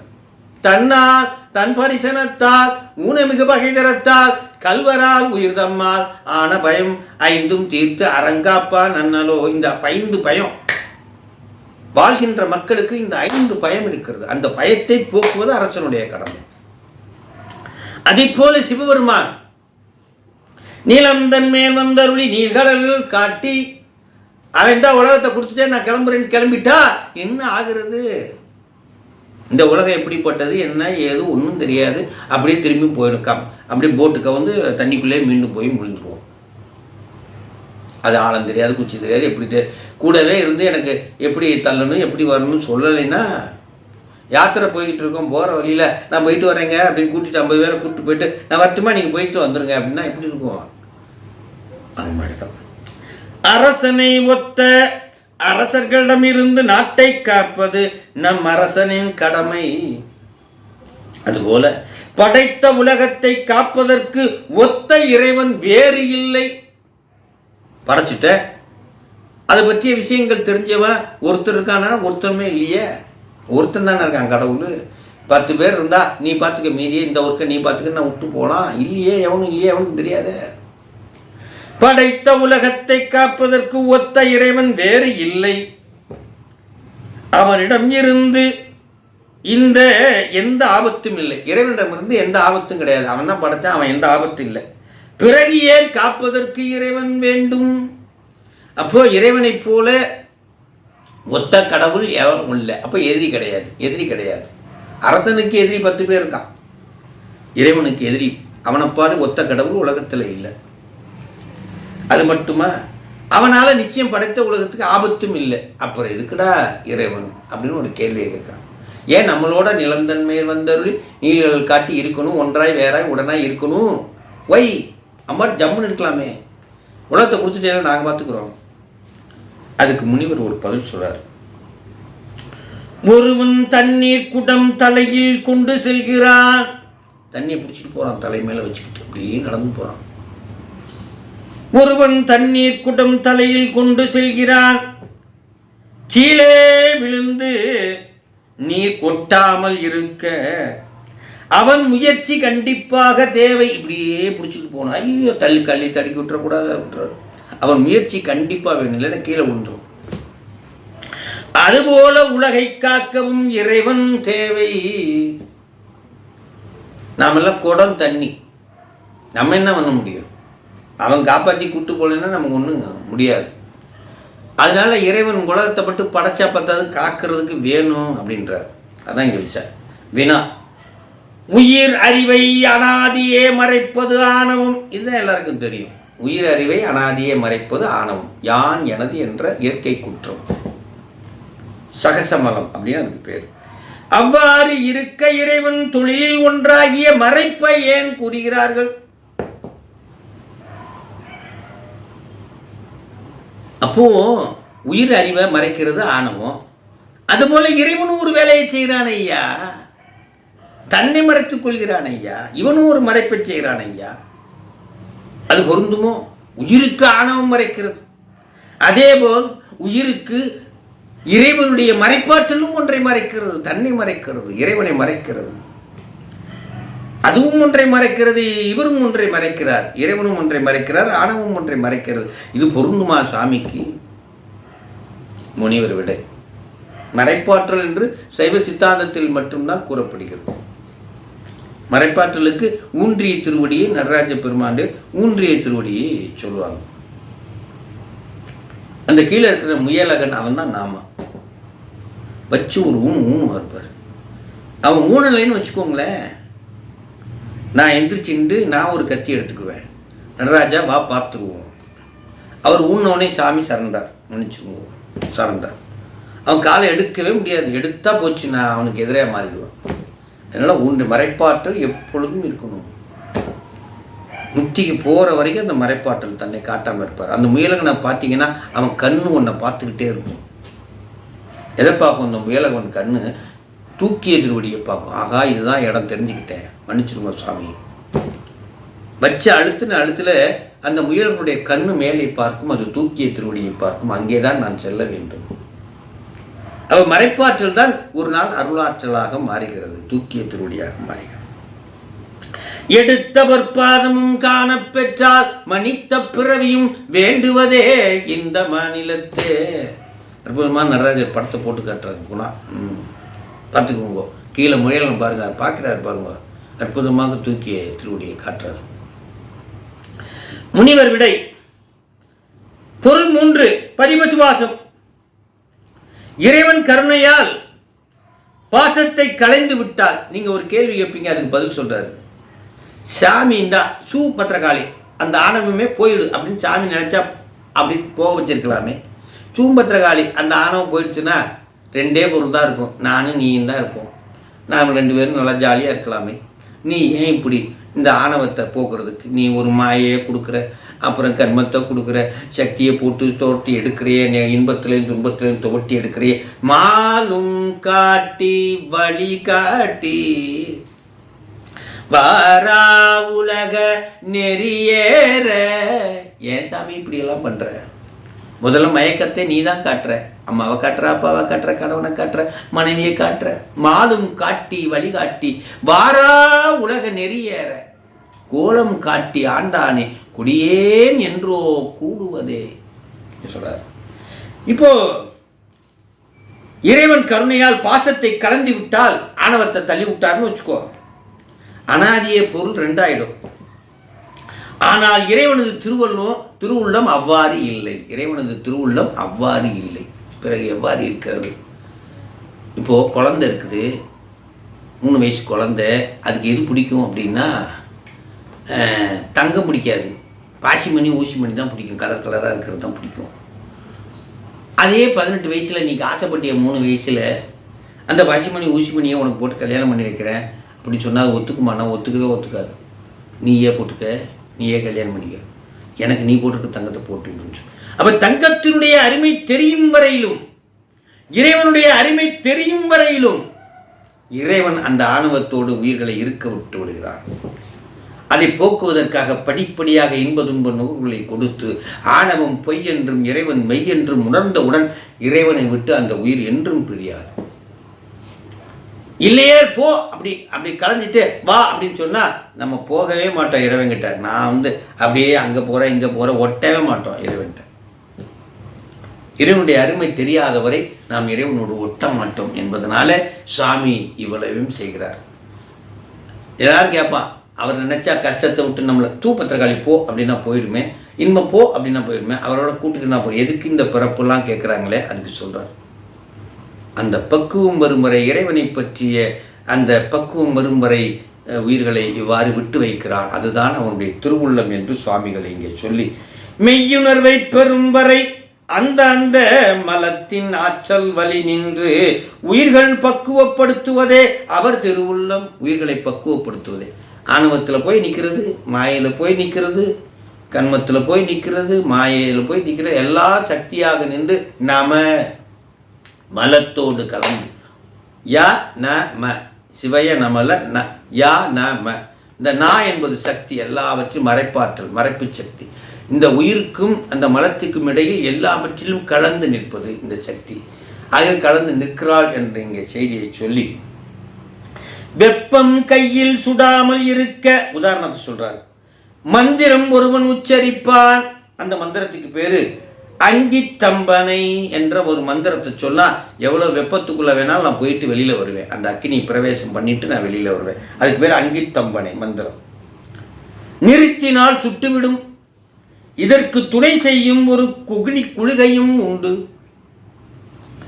மந்திரம் உச்சரிப்பவன் வெப்பத்தை உணர மாட்டான்.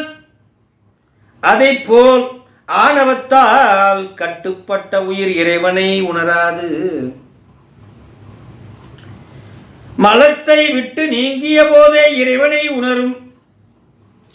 ஆக மெய்யுணர்வு தோன்றும் வரை இறைவன் துணை எல்லா உயிரிடத்திலும் ஒருங்கே தோன்றாது, ஒவ்வொருத்தருக்கும் தகுந்த மாதிரி தோன்றும்.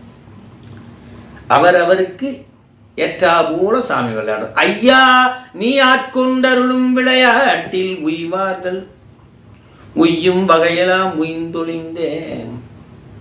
டாக்டர் மாத்திரை கொடுப்பாரு, ஒவ்வொருத்தருக்கும் தகுந்த மாதிரி. எல்லா காய்ச்சலுக்கும் ஒரே மாத்திரை கொடுக்க மாட்டார், ஒரே அளவு கொடுக்க மாட்டார். அவரவர் பக்குவத்துக்கேற்ப அவரவர். முருங்கைக்கீரையை 1 கிலோ ஒருத்தர் சாப்பிட்டான்னா அவ்வளோதான், நம்மளாம் சாப்பிட்டோம்னா அவ்வளோதான், போய் ஆஸ்பத்திரியில் படுக்க வேண்டியதான். அதே ஊரில் ஓட்டப்பந்தயம் நீச்சல் பந்தயத்தில் இருக்க 1 கிலோ சாப்பிட்டான்னா ஜீரணம் ஆகிடும். அதெல்லாம் 50 கிராம் சாப்பிட்டா கரெக்ட். அது மாதிரி தான் ஒவ்வொருத்தருக்கு ஏற்றாற்போல் இறைவன் ஆடுகிறார். ஐந்தொழிலை 2ஆக கூறும் மரபும் உண்டு என்று சுவாமிகள் சொல்றார். படைத்தல், காத்தல், ஒடுக்குதல், மறைத்தல், அருளல் என்ற 5 தொழிலே 2ஆக சொல்வது. பந்தம் வீடு என்று 2ஆக சொல்றார். பந்தம் என்றால் 4 தொழில், வீடு என்றால் அருளாற்றல் 1 தொழில். பந்தம் என்றால் 4 தொழில், வீடு என்றால் 1 தொழில். அது என்ன பந்தம்? படைத்தல், காத்தல், ஒடுக்குதல், மறைத்தல், இது 4 பந்தம். வீடு என்றால் அருளாற்றல், இது 1. திருவாசத்தில் ஒரு பாட்டு, திருப்பூர் சுண்ணத்தில், அதுக்கு உதாரணமாக சாமிகள் சொல்றார். அது என்ன? திருவாசகத்தில் பொற்சுண்ணத்தில் அந்த ஒரு பாட்டு அப்படின்னா, பந்தமுமாய் வீடுமாயினார்க்கு என்று அருளி செய்தார். திருவாசகத்தில் பந்தமுமாய் வீடு ஆயினார்க்கு, அப்ப 5 தொழில இங்க சொல்றார். பந்தமாய் அப்படின்னா 4 தொழில், படைத்தல், காத்தல், ஒடுக்குதல், மறைத்தல் என்ற 5 தொழில். மறைத்தல்னா தன்னை மறைத்து கொண்டார் சாமி, உலகத்தை காட்டுறார். அருள்னா உலகத்தை மறைத்து தன்னை காட்டுகிறார். இதுதான் அந்த அருள் தொழில். அது முத்தியில் கிடைக்கும். இப்போ நமக்கு கிடைக்கும், இப்போ கிடைக்குது நமக்கு. எப்போ தேவாரம், திருவாசகம், சித்தாந்தம் படிக்க ஆரம்பித்தோமோ நமக்கு மறைப்பாற்றலிலிருந்து அருளாற்றல் மாறிக்கொண்டிருக்கிறது என்பதை நம்ம புரிஞ்சுக்கணும். கீழே ஊன்னையா முயலகனாக இருந்த நாம் அப்படியே அந்த திருவடியை எட்டி பார்க்குற நிலைமைக்கு வந்துட்டோம். இப்போ இந்த ஜென்மத்தினுடைய நிறைவில் அந்த திருவடிக்கு போய் சேர்ந்துருவோம். பந்தமுமாய் வீடுமாயினார்க்கு என்று அருளி செய்தார். ஆக மறைப்பும் இறைவனுடைய தொழிலாயிற்று, அதுவும் கருணையாயிற்று. அதனால்தான் உயிர்களுக்கு அறிவும் தொழிலும் இடையிடையே விளங்கியும் குறைந்தும், அதை விளங்கியும் குறைந்தும் தோன்றியது. ஒவ்வொருத்தருக்கும் ஒவ்வொரு மாதிரி சூப்பர் அறிவு, ஒருத்தனுக்கு குறைஞ்ச அறிவு, ஒருத்தனுக்கு கூடுதல் அறிவு, ஒருத்தனுக்கு குறைஞ்சி, இப்படி படிமுறையில் நிகழ்ந்து வருகின்றன என்பதை இங்கே சொல்றார். மறைப்பு அல்லது துரோதானம் அல்லது துரோபாவம் எல்லாம் ஒண்ணுதான். துரோதாயி எல்லாம் அதை எப்படி சொல்றாரு? பொருள்களிலும் செயல்களிலும் உள்ள இழிந்தவற்றை புலப்படாமல் மறைப்புவது என்பர் சில. பொருள்களின்னா முப்பொருள். பொருள்களிலும் செயல்களிலும் உள்ள இழிந்தவற்றை புலப்படாமல் மறைப்பது என்பர். ஒரு உதாரணத்துக்கு, முப்பொருளில் 1 பாசம், அதில் மாயையிலிருந்து வந்த காரியம், அதில் ஒரு இழிவான பொருள் இருக்குது, அந்த இழிவை மறைத்தல் என்று நீங்கள் வைத்துக் கொள்ளலாம். பதில், காண்பவனிடத்தில் நிகழ்கிறது. ஒரு பொருளை பார்க்குறான், காண்பவனிடத்தில் நிகழ்கிறது. மும்மலத்தினில் காண்பவனின் அறிவு மறைக்கப்படுகிறது. அதாவது ஒரு பொருளை நான் பார்க்குறேன், ஆணவத்தின் வழியாக, கண்மத்தின் வழியாக, மாயின் வழியாக பார்த்தா உண்மை மறைக்கப்படும். அதே இறைவன் திருவருள் வழியாக பார்த்தால் உண்மை மெய்யுணர்வு ஏற்படும். அதனாலேயே காணும் பொருள்களில் உள்ள இழிவினை உணர இயலாது போகின்றார். அது என்ன? அது காணும் பொருளில் உள்ள இழிவுகளை உணராது போகின்றார். இப்ப தங்கத்தை பார்க்கிறோம். இன்னைக்கு இருக்கிற மார்க்கெட் ரேட்டுக்கு 1 லட்சம், ஐயோ 2 பவுன் 1 லட்சம், ஐயோ நமக்கு கிடைச்சது இப்ப 10 பவுன் 5 லட்சம் நமக்கு கிடைச்சிருக்கு. ஆனா அந்த தங்கத்தை வச்சு என்ன பண்ணுவா? அதுக்கு அறிவே கிடையாது. அப்போ உன்னுடைய அறியாமையினால் அந்த பொருளுடைய இழிவு, அது ஒரு சடம், அறிவே இல்லாத ஒரு பொருள். ஆக அந்த பொருளுடைய இழிவு உனக்கு தெரியாத காரணம் என்ன அப்படின்னா உன்னுடைய அறியாமை, ஆணவத்தினுடைய மறைப்பாற்றலினால், மும்மலங்களின் வழியாக நீ அந்த பொருளை பார்த்ததனால் அந்த பொருள் கோடிக்கணக்கான ரூபாய் மதிப்புள்ளது போல் உனக்கு தெரிகிறது. ஆனால் உண்மையில் அது இழிவான பொருள், அதுக்கு அறிவே கிடையாது. ஒரு குருநாதர் ஒரு சீடனை 4 சீடர்கள் வைத்திருந்தால் 4 சீடருக்கு அடுத்த வாரிசை யார் கொடுக்கலாம் என்று பார்த்தார். இந்த ரூமுக்குள்ளே போய் பொருள்களை, நல்ல பொருளை, விலை உயர்ந்த பொருளை எடுத்துருவாங்கன்னா, ஒருத்தன் தங்கத்தை எடுத்து வந்தான், ஒருத்தன் வைரத்தை எடுத்துட்டு வந்தான், ஒருத்தன் ஏதோ பவளத்தை எடுத்துட்டு வந்தான்னு வச்சுக்கோங்களேன். ஒருத்தன் போய் ஒருத்தன் சின்னதாக ஒரு இறந்த பழம் கொட்டை கிடந்தது, அப்படி துப்பி போட்ட கொட்டை தேடி பிடிச்சி அதை எடுத்துகிட்டு வந்தார். ஆனால் சாமி என்ன பண்ணார்? இழந்த பழம் எடுத்துகிட்டு வந்தவனை தான் சீடராகினார். இதெல்லாம் இழிவு தெரிகிறது, அவனுக்கு இழிவு தெரியவில்லை. இது நட்டு வச்சா நிறைய வரும், அதுக்குள்ளே நிறைய ஜீவராசிகள் இருக்கும், பிழைக்கலாம், திருப்பி உயிர் வரும் என்ற உயிர் பொருளை எடுத்து வந்தார். இதனுடைய இழிவு அவர்களுக்கு தெரியவில்லை, இந்த சடத்தில் இருக்கக்கூடிய இழிவு தெரியவில்லை என்று அவர் இருக்கிறார். அப்போ காணுகின்ற பொருளை இறைவன் வழியாக பார்த்தால் அந்த பொருளுடைய இழிவு தெரியும், இவர்களுக்கு தெரியவில்லை என்ற அற்புதமான செய்தியை சொல்லி, வேறு சிலர் மலத்தை மறைப்பது என்பர். மலத்தை மறைப்பது என்பர். மலத்தை மறைக்காது, மலம் மறைக்கப்படுமானால் உயிருக்கு மெய்யுணர்வு விளையும், எனவே அது அருள், எனவே கொல்லப்படும்.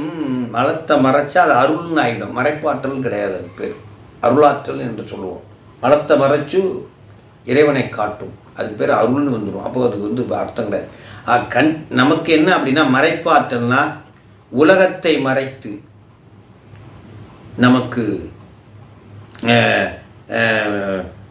தன்னை மறைத்து கொண்டு உலகத்தை காட்டுவது தான் மறைப்பாற்றல். தன்னை மறைத்து, இறைவன் தன்னை மறைச்சுக்குவார், உலகத்தை காட்டுவார். அருளாற்றல்னா அப்படியே ஆப்போசிட், தன்னை காட்டி உலகத்தை மறைப்பார். இது வரைக்கும் கொடுத்ததெல்லாம் பிடுங்கி கொண்டாண்டி, கொடுத்ததெல்லாம் முதல்ல பிடுங்குவார், கொடுத்ததெல்லாம் பிடுங்கி கொண்டாண்டி. இது ஆப்போசிட்டாக யாராவது இப்படி சொன்னால் அதுக்கு பதில் இது. ஆப்போசிட்டாக நினச்சிடக்கூடாது அப்படின்னு. மறைப்பாற்றலாம் மலத்தை மறைப்பது என்று எடுத்துக்கொள்ளக்கூடாது. ஆக திரோதானம் என்பது இறைவனின் ஆற்றலில் ஒன்று. நான் என்பது இறைவனின் ஆற்றலில் ஒன்று. மும்மலம் தத்தம் தொழிலை செய்யுமாறு உதவும். ஆணவம் அது வேலையை செய்யும், மாயை அது வேலையை செய்யும், கண்மம் அது வேலையை செய்யும். திரோதானமும் அது வேலையை செய்து மூனையும் தள்ளும். இதுதான் வேலை. அதுக்கு அது வேலையை செய்யும், அழுக்குக்குள்ளே போகிற சோப்பும் அது வேலையை செய்யும். கடைசியில் போகும்போது எல்லாம் ஒன்றா போயிடும். உதாரணம், சிவஞான சித்தியாரில் 177வது பாட்டு ஆசிரியர் கருத்து என்று இங்கே முனிவர் சொல்றார். மாயையின் காரியத்தை மாயேய மலம் என்றும் ஏயும் மலங்கள் தத்துவம் தொழில் நீயற்றி ஏவும் தூயவன் தனது ஓர் சக்தி துரோதான கரி அது என்றும் ஆய்வர் இம்மலங்கள் ஐந்தும் அணுக்கள் அனைத்தும் நிற்க. அப்போ இந்த துரோதான சக்தி தான் அத்தனையும் இயக்குகிறது. இந்த உலகத்தை, மாயையை, கண்மம், ஆனவன் எல்லாத்தையும் இயக்குவது துரோதான சக்தி தத்தம் வேலையை செய்ய உதவுகிறது. அப்போ இறைவனே எல்லாத்தையும் மாலும் காட்டி மயக்கத்தை காட்டுவதும் இறைவன், பிறகு வழியை காட்டுவதும் இறைவன். இதுதான் உண்மை விளக்கத்தில் சாமி சொல். பொய் காட்டி பொய்யகற்றி மெய் காட்டும் என்று ஆரம்பிக்கிறார். முதல்ல பொய் காட்டணும்னு சிவபெருமான், அடுத்ததாக பொய் காட்டி பொய் அகற்றி மெய் காட்டும் வெண்ண நல்லூர் வித்தகா என்று ஆரம்பிப்பார். ஆக அருள் செயல் என்பது கட்டுக்களில் இருந்து உயிரை விடுவிப்பது. அத்தனை கட்டு, ஆணவக்கட்டு, கண்மக்கட்டு, மாயக்கட்டு, அத்தனை கட்டுகளில் இருந்து மாயை கட்டு அத்தனை விடுவிப்பது அருள் செயல் என்று பொருள். இதுவரை தூள ஐந்தொழில் குறிப்பிட்ட முனிவர் சூக்கும அதிசூக்கும ஐந்தொழிலே இங்கே குறிப்பிடுகிறார். ஐந்தொழில்னா படைத்தல், காத்து. அதை உடம்பை படைச்சு கொடுக்குறாரு, உடம்பு ஒரு காலையில காக்குறாரு, அப்புறம் உடம்பு ஒரு 400 வருஷம் கழிச்சு ஒடுக்குறாரு, அதுக்கப்புறம் அந்த இடையில மறைப்பாற்றல் அருளாற்றல்லாம் செய்கிறாரு. இதெல்லாம் சொல்லிவிட்டு சூக்கும ஐந்தொழில் அப்படின்னு சொல்றார். ஒடுங்கிய மீளத் தோன்றும் உலகை இறைவன் ஒரு உலகத்தை ஒடுக்கிட்டார், கம்ப்ளீட்டாக ஒடுக்கிட்டார். கையில் கர்ச்சிப்பை சுருக்கி வச்சுட்டார். திருப்பி துவக்கிறார், ஒரு கால எல்லை விட்டு துவக்கிறார். அந்த கால எல்லை, 2 கால எல்லைக்கு இடைப்பட்ட தூரம் இருக்க துவக்கிறதுக்கும் ஒடுக்குனதுக்கும் இதுதான் அந்த காலத்தில் செய்வதுதான் சூக்கும ஐந்தொழில் என்று சொல்றார். ஒடுக்குதலுக்கும் தோற்றுவிப்பதற்கும் உள்ள இடைப்பட்ட காலமே இறைவன் செய்யும் சூக்கும ஐந்தொழிலாகும். அது என்னன்னு நமக்கு தெரியாது, சூக்கும ஐந்தொழில். ஆக அந்த ஒடுக்கிய காலத்திற்கும் மீண்டும் தோக்குகின்ற காலத்துக்கும் உள்ள இடைப்பட்ட, அப்போ என்ன செய்யறதுன்னு அவருக்கு தெரியும். இதன் நோக்கம் என்னன்னா, கேவல நிலையில் உள்ள உயிர்கள் சகல நிலைக்கு வருவதற்காக தகுதியை அடையும்படி இறைவன் திருவுள்ளோ இவ்வாறு செய்கிறது என்று சாமி சொல்லி முடிக்கிறார். இது என்ன அப்படின்னா, கேவலம்னா தனிமை. கேவலம்னா உயிர் தனிமையில் இருக்கு, ஆணவத்தின் பிடியில் சப்போர்ட் இல்லாமல் இருக்குது. கேவலம் தனிமை. கேவலம்னா தனிமை. இப்போ நம்மளால் தனிமையில் இருக்க முடியாது, பயந்து நடிக்கிறோம் உலகத்தில். தனிமையில் இருந்தோம்னா அதை விட செத்து போயிடலான்னுவோம். அப்படி தனிமையில் இருந்த உயிருக்கு இறைவன் கருணையினார் சகல நிலை, அதாவது பிறப்புக்கு வரும்படி உடம்பை கொடுத்து, உறவுகளை கொடுத்து, அம்மா அப்பா கணவன் மனைவியை கொடுத்து, காரு பங்களா தோட்டம் துறவெல்லாம் கொடுத்து அந்த சகல நிலைக்கு கொண்டு வருவது, அந்த உயிர்களை தனிமை நிலையிலிருந்து சகல நிலைக்கு கொண்டு வருவது, அந்த தகுதியை இறைவன் ஏற்படுத்துவது தான் இந்த சூக்கும ஐந்தொழிலினுடைய நோக்கம் என்று சொல்லி முடிக்கிறார். அதிசூக்கும ஐந்தொழில் என்று ஒன்றை சொல்லுகிறார் சுவாமி. உலகில் வாழும் உயிர்கள் காலத்தில் வாழுகின்ற காலத்தில் தத்தம் வினைக்கேற்ப நுகர்தலை குறிக்கும். அதது வினைக்கு ஏற்ப நுகரும். இன்பத்தை நுகர வேண்டிய காலத்தில் இன்பத்தை நுகரும், துன்பத்தை நுகர வேண்டிய காலத்தில் துன்பத்தை நுகரும்.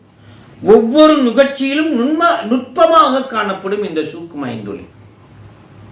அப்போ இன்பத்தையும் துன்பத்தையும் நுகர்விப்பதற்கு இறைவன் இந்த சூக்கும ஐந்தொழிலை உயிர்களுக்கு செய்கிறான், உயிர்களிடத்தில் செய்கிறான். இதை பற்றி நான் நிறைய சொல்லணும்னா நிறைய வந்துடும் அப்படின்னு முனிவர் என்ன சொல்றாரு, பெருகும், அதனால இதோடு நிறுத்திக்கிறேன் அப்படின்ட்டார். ஒவ்வொருத்தரும் ஒரு இன்பத்தை அனுபவிக்கிறான், அதில் எப்படி அதிசூக்கம் வருது, ஒருத்தர் துன்பத்தை எப்படி அனுபவிக்கிறான், அதிசூக்கம் எப்படின்னு சொன்னால் பெருகும் என்று கூறி விடுத்தார். அதோட போதும் விட்டார். இல்லைன்னா நம்மளும் நிறைய சொல்ல வேண்டிய வரும், நிறைய படிக்க வேண்டிய வரும், அவ்வளோதான், முடியாது நம்மளால். சிலர் முத்தொழிலோடு மறைப்பு அருள் ஆக 5 கூறுவது ஏன் என்கிறார்கள். மறைப்பாற்றல் உயிர்கள் வினையை நுகரும் போது அதன் வழியே உயிர்கள் செலுத்துவதாகிய முதல்வன் திருவுளம் அது திதி என்றும் காத்தல் என்ற தொழில போய் அடங்கிடும் அப்படின்னு சொல்றாரு. அருளாற்றல் என்பது பிறப்பு படாமல் முத்தி கொண்டு போற அந்த செயல் எதில் போய் அடங்கும்னா அருளில் போய் அடங்கும் என்று சொல்லி இந்த அடிப்படையில் ஐந்தொழியை 3ஆக பிரிக்கிறார்கள். படைத்தல், காத்தல், ஒடுக்குதல். காத்தலிலே மறைத்தலும் ஒடுக்குதலில் அருளும் மறைந்து விடும் என்று இங்கே சொல்கிறார்கள். ஆகவே ஐந்தொழிலை முத்தொழிலாக பிரிக்கும் போது படைத்தல், காத்தல், ஒடுக்குதல் என்றும், மேலும் இறைவன் தொழிலை 2ஆக கூறும்போது மறைப்பாற்றல் அருளாற்றல் என்று கூறும்போது படைத்தல், காத்தல், ஒடுக்குதலை மறைப்பாற்றலாகவும் அந்த அருளாற்றல் என்றும் வீடு பெறுகின்ற ஆற்றல் என்று சொல்லி பெரிய புராணத்திலே தடுத்தாட்கொண்ட புராணத்திலே பந்தம் வீடு தரும் பரமன் என்று முன்னாடி சொன்னதே அப்படி விரித்து சொல்கிறார். ஆகவே இந்த நூற்பாவில் 4 அதிகரணங்கள் உள்ளன. அவையே தானேயாய் ஆணையின் இருவினையின் போக்கு வரவு புரிய ஆணையின் நீக்கமின்றி என்று 4 செய்திகள் இருக்கிறது என்று சொல்லி இந்த நூற்பாவினுடைய அந்த ஒரு செய்திகளை சொல்லி இந்த 4 அதிகரணங்களையும் வருகின்ற வகுப்புகளே தனித்தனியாக ஒவ்வொரு வகுப்பிலும் ஒரு அதிகரணமாக சிந்திக்க இருக்கிறோம் என்று சொல்லி இந்நூற்பாவில் 4 அதிகரணம் அவையே தானேயாய் 4 செய்தி. இறைவன் ஒன்றாய் உடனாய் வேறாய் உயிர்களிடத்திலே கலந்திருக்கிறான் என்ற செய்தியும், ஆணையின் இருவினையின் சக்தி இருக்கிறாள், அவள் ஒவ்வொரு ஜீவனும் செய்த அந்த இருவினைக்கேற்ப போக்கு வரவு புரிய அந்த இருவினையை பற்றி சொல்லி நல்வினை தீவினை பற்றி போக்கு வரவு புரிய பிறத்தல் இறத்தலை குறித்து, 4வது ஆணையின் நீக்கமின்றி நிற்குமென்றே சக்தி ஆதாரமாக கொண்டுதான் இந்த பிறப்பு இறப்பு நிகழ்கிறது. இந்த சக்தி இறைவனை ஆதாரமாக கொண்டிருக்கிறார் என்று சொல்லி இன்றைய அற்புதமான வகுப்பு 2ஆம் நூற்பாவிலே நாம் சிந்தித்தது 4 செய்திகளை இங்கே சிந்தித்தோம். நூற்பாவினுடைய கருத்து ஒடுங்கியிருந்த உலகை உயிர்களுக்கு மாட்டு மீள தோற்றுவித்தல் புனர்வுப்பம் என்றும், அப்புறம் 3 வகை எடுத்துக்காட்டு என்பதை நாம் பார்த்தோம். முறையே பற்றிய ஏபு, அதாவது உதாரணம் எடுத்துக்காட்டும் என்றும், அடுத்தது ஆசங்கை பற்றிய ஏபு, ஐயத்துக்கிடமின்றி வருகின்ற உதாரணம் என்றும், அவாய் நிலை பற்றிய ஏபு, இதுவே முக்கியம் என்பதை நாம் பார்த்து, அடுத்ததாக இலக்கணம், பொது இலக்கணம், சிறப்பு இலக்கணம் என்று சாகை நியாய நூலார் என்று சந்திரனை வைத்து அந்த நிலவை, அதாவது மரத்தை காட்டி மரத்தின் கிளை வழியாக அந்த நிலவை காட்டிய அந்த சாகை நியாயம் என்ற ஒரு செய்தியை பார்த்து, உலகத்தை ஒடுங்கிய உலகத்தை தோற்றுவிப்பதை பற்றி முதலில் சுவாமி கூறுவதற்கு என்ன காரணம் என்ற 2 பதில்களாக பார்த்து, அதாவது பிறவியிலேயே குருடனுக்கு கோல் கொடுத்தது போல பெருமானுடைய கருணை கண்ணற்ற குழந்தைக்கு இந்த தனுகரண ஊனங்களை கொடுத்து அழிவிருக்கிறான் என்ற செய்தியை பார்த்து, 2ஆம் சூத்திரத்துக்கு பிண்ட பொழிப்பரை பார்த்து அந்த சக்தியும் சிவமும் சமமேதமாக 50-50 கூடியிருக்கிறார்கள். நெருப்பை ஆதாரமாக கொண்டுதான் வெப்பம் இருக்கிறது, வெப்பமே ஆதாரமாக கொண்டு நெருப்பு இல்லை என்பதை போல இறைவனை ஆதாரமாக கொண்டுதான் சக்தி இருக்கிறாள். ஆகவே இறைவன் ஆதாரம், சக்தி ஆதேயம் என்று சொல்லி அதை பார்த்தோம்.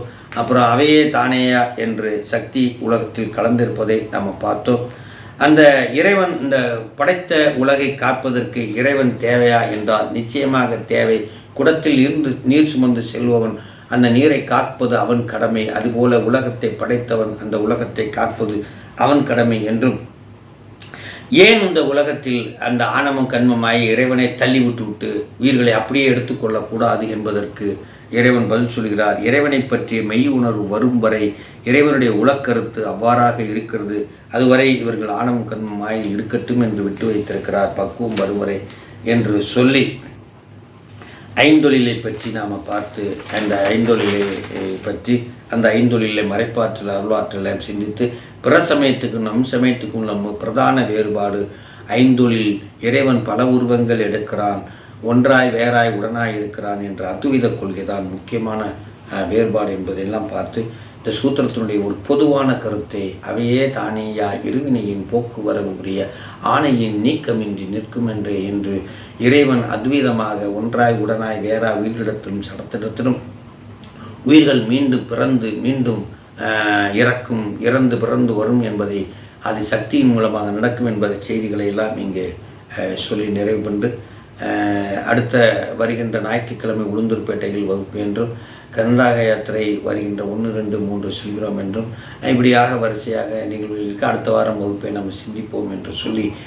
முதல் அதிகரணத்தை 2ஆம் சூத்திரத்தை சிந்திப்போம் என்று வான்மிகில் வளாது பெய்க மலிவலம் சுரக்க மன்னன் கோன்முறை அரசு செய்க குறைவிலா அது உயிர்கள் வாழ்க நான்மறை அறங்கள் ஓங்க நற்றமும் வேள்வி மல்க மேன்மைகொள் செய்வ நீதி விளங்கு உலகம் எல்லாம் கைலாய பரம்பரை சிவஞான போத நெறி காட்டும் என்னை பயில்வாய்மை மெய்கண்டான் சந்ததிக்கோர் மெய்ஞான பானுவாகி குயிலாரும் பொருள் திரு ஆவடுதுறைவாள் பூர்ணமச்சிவாய தேவன் சைலாதி மரபுடையோன் திருமரபு நீடூலே தலைக மாதோ சென்னாருடைய சிவனே போற்றி நாட்டவர்க்கும் இறைவா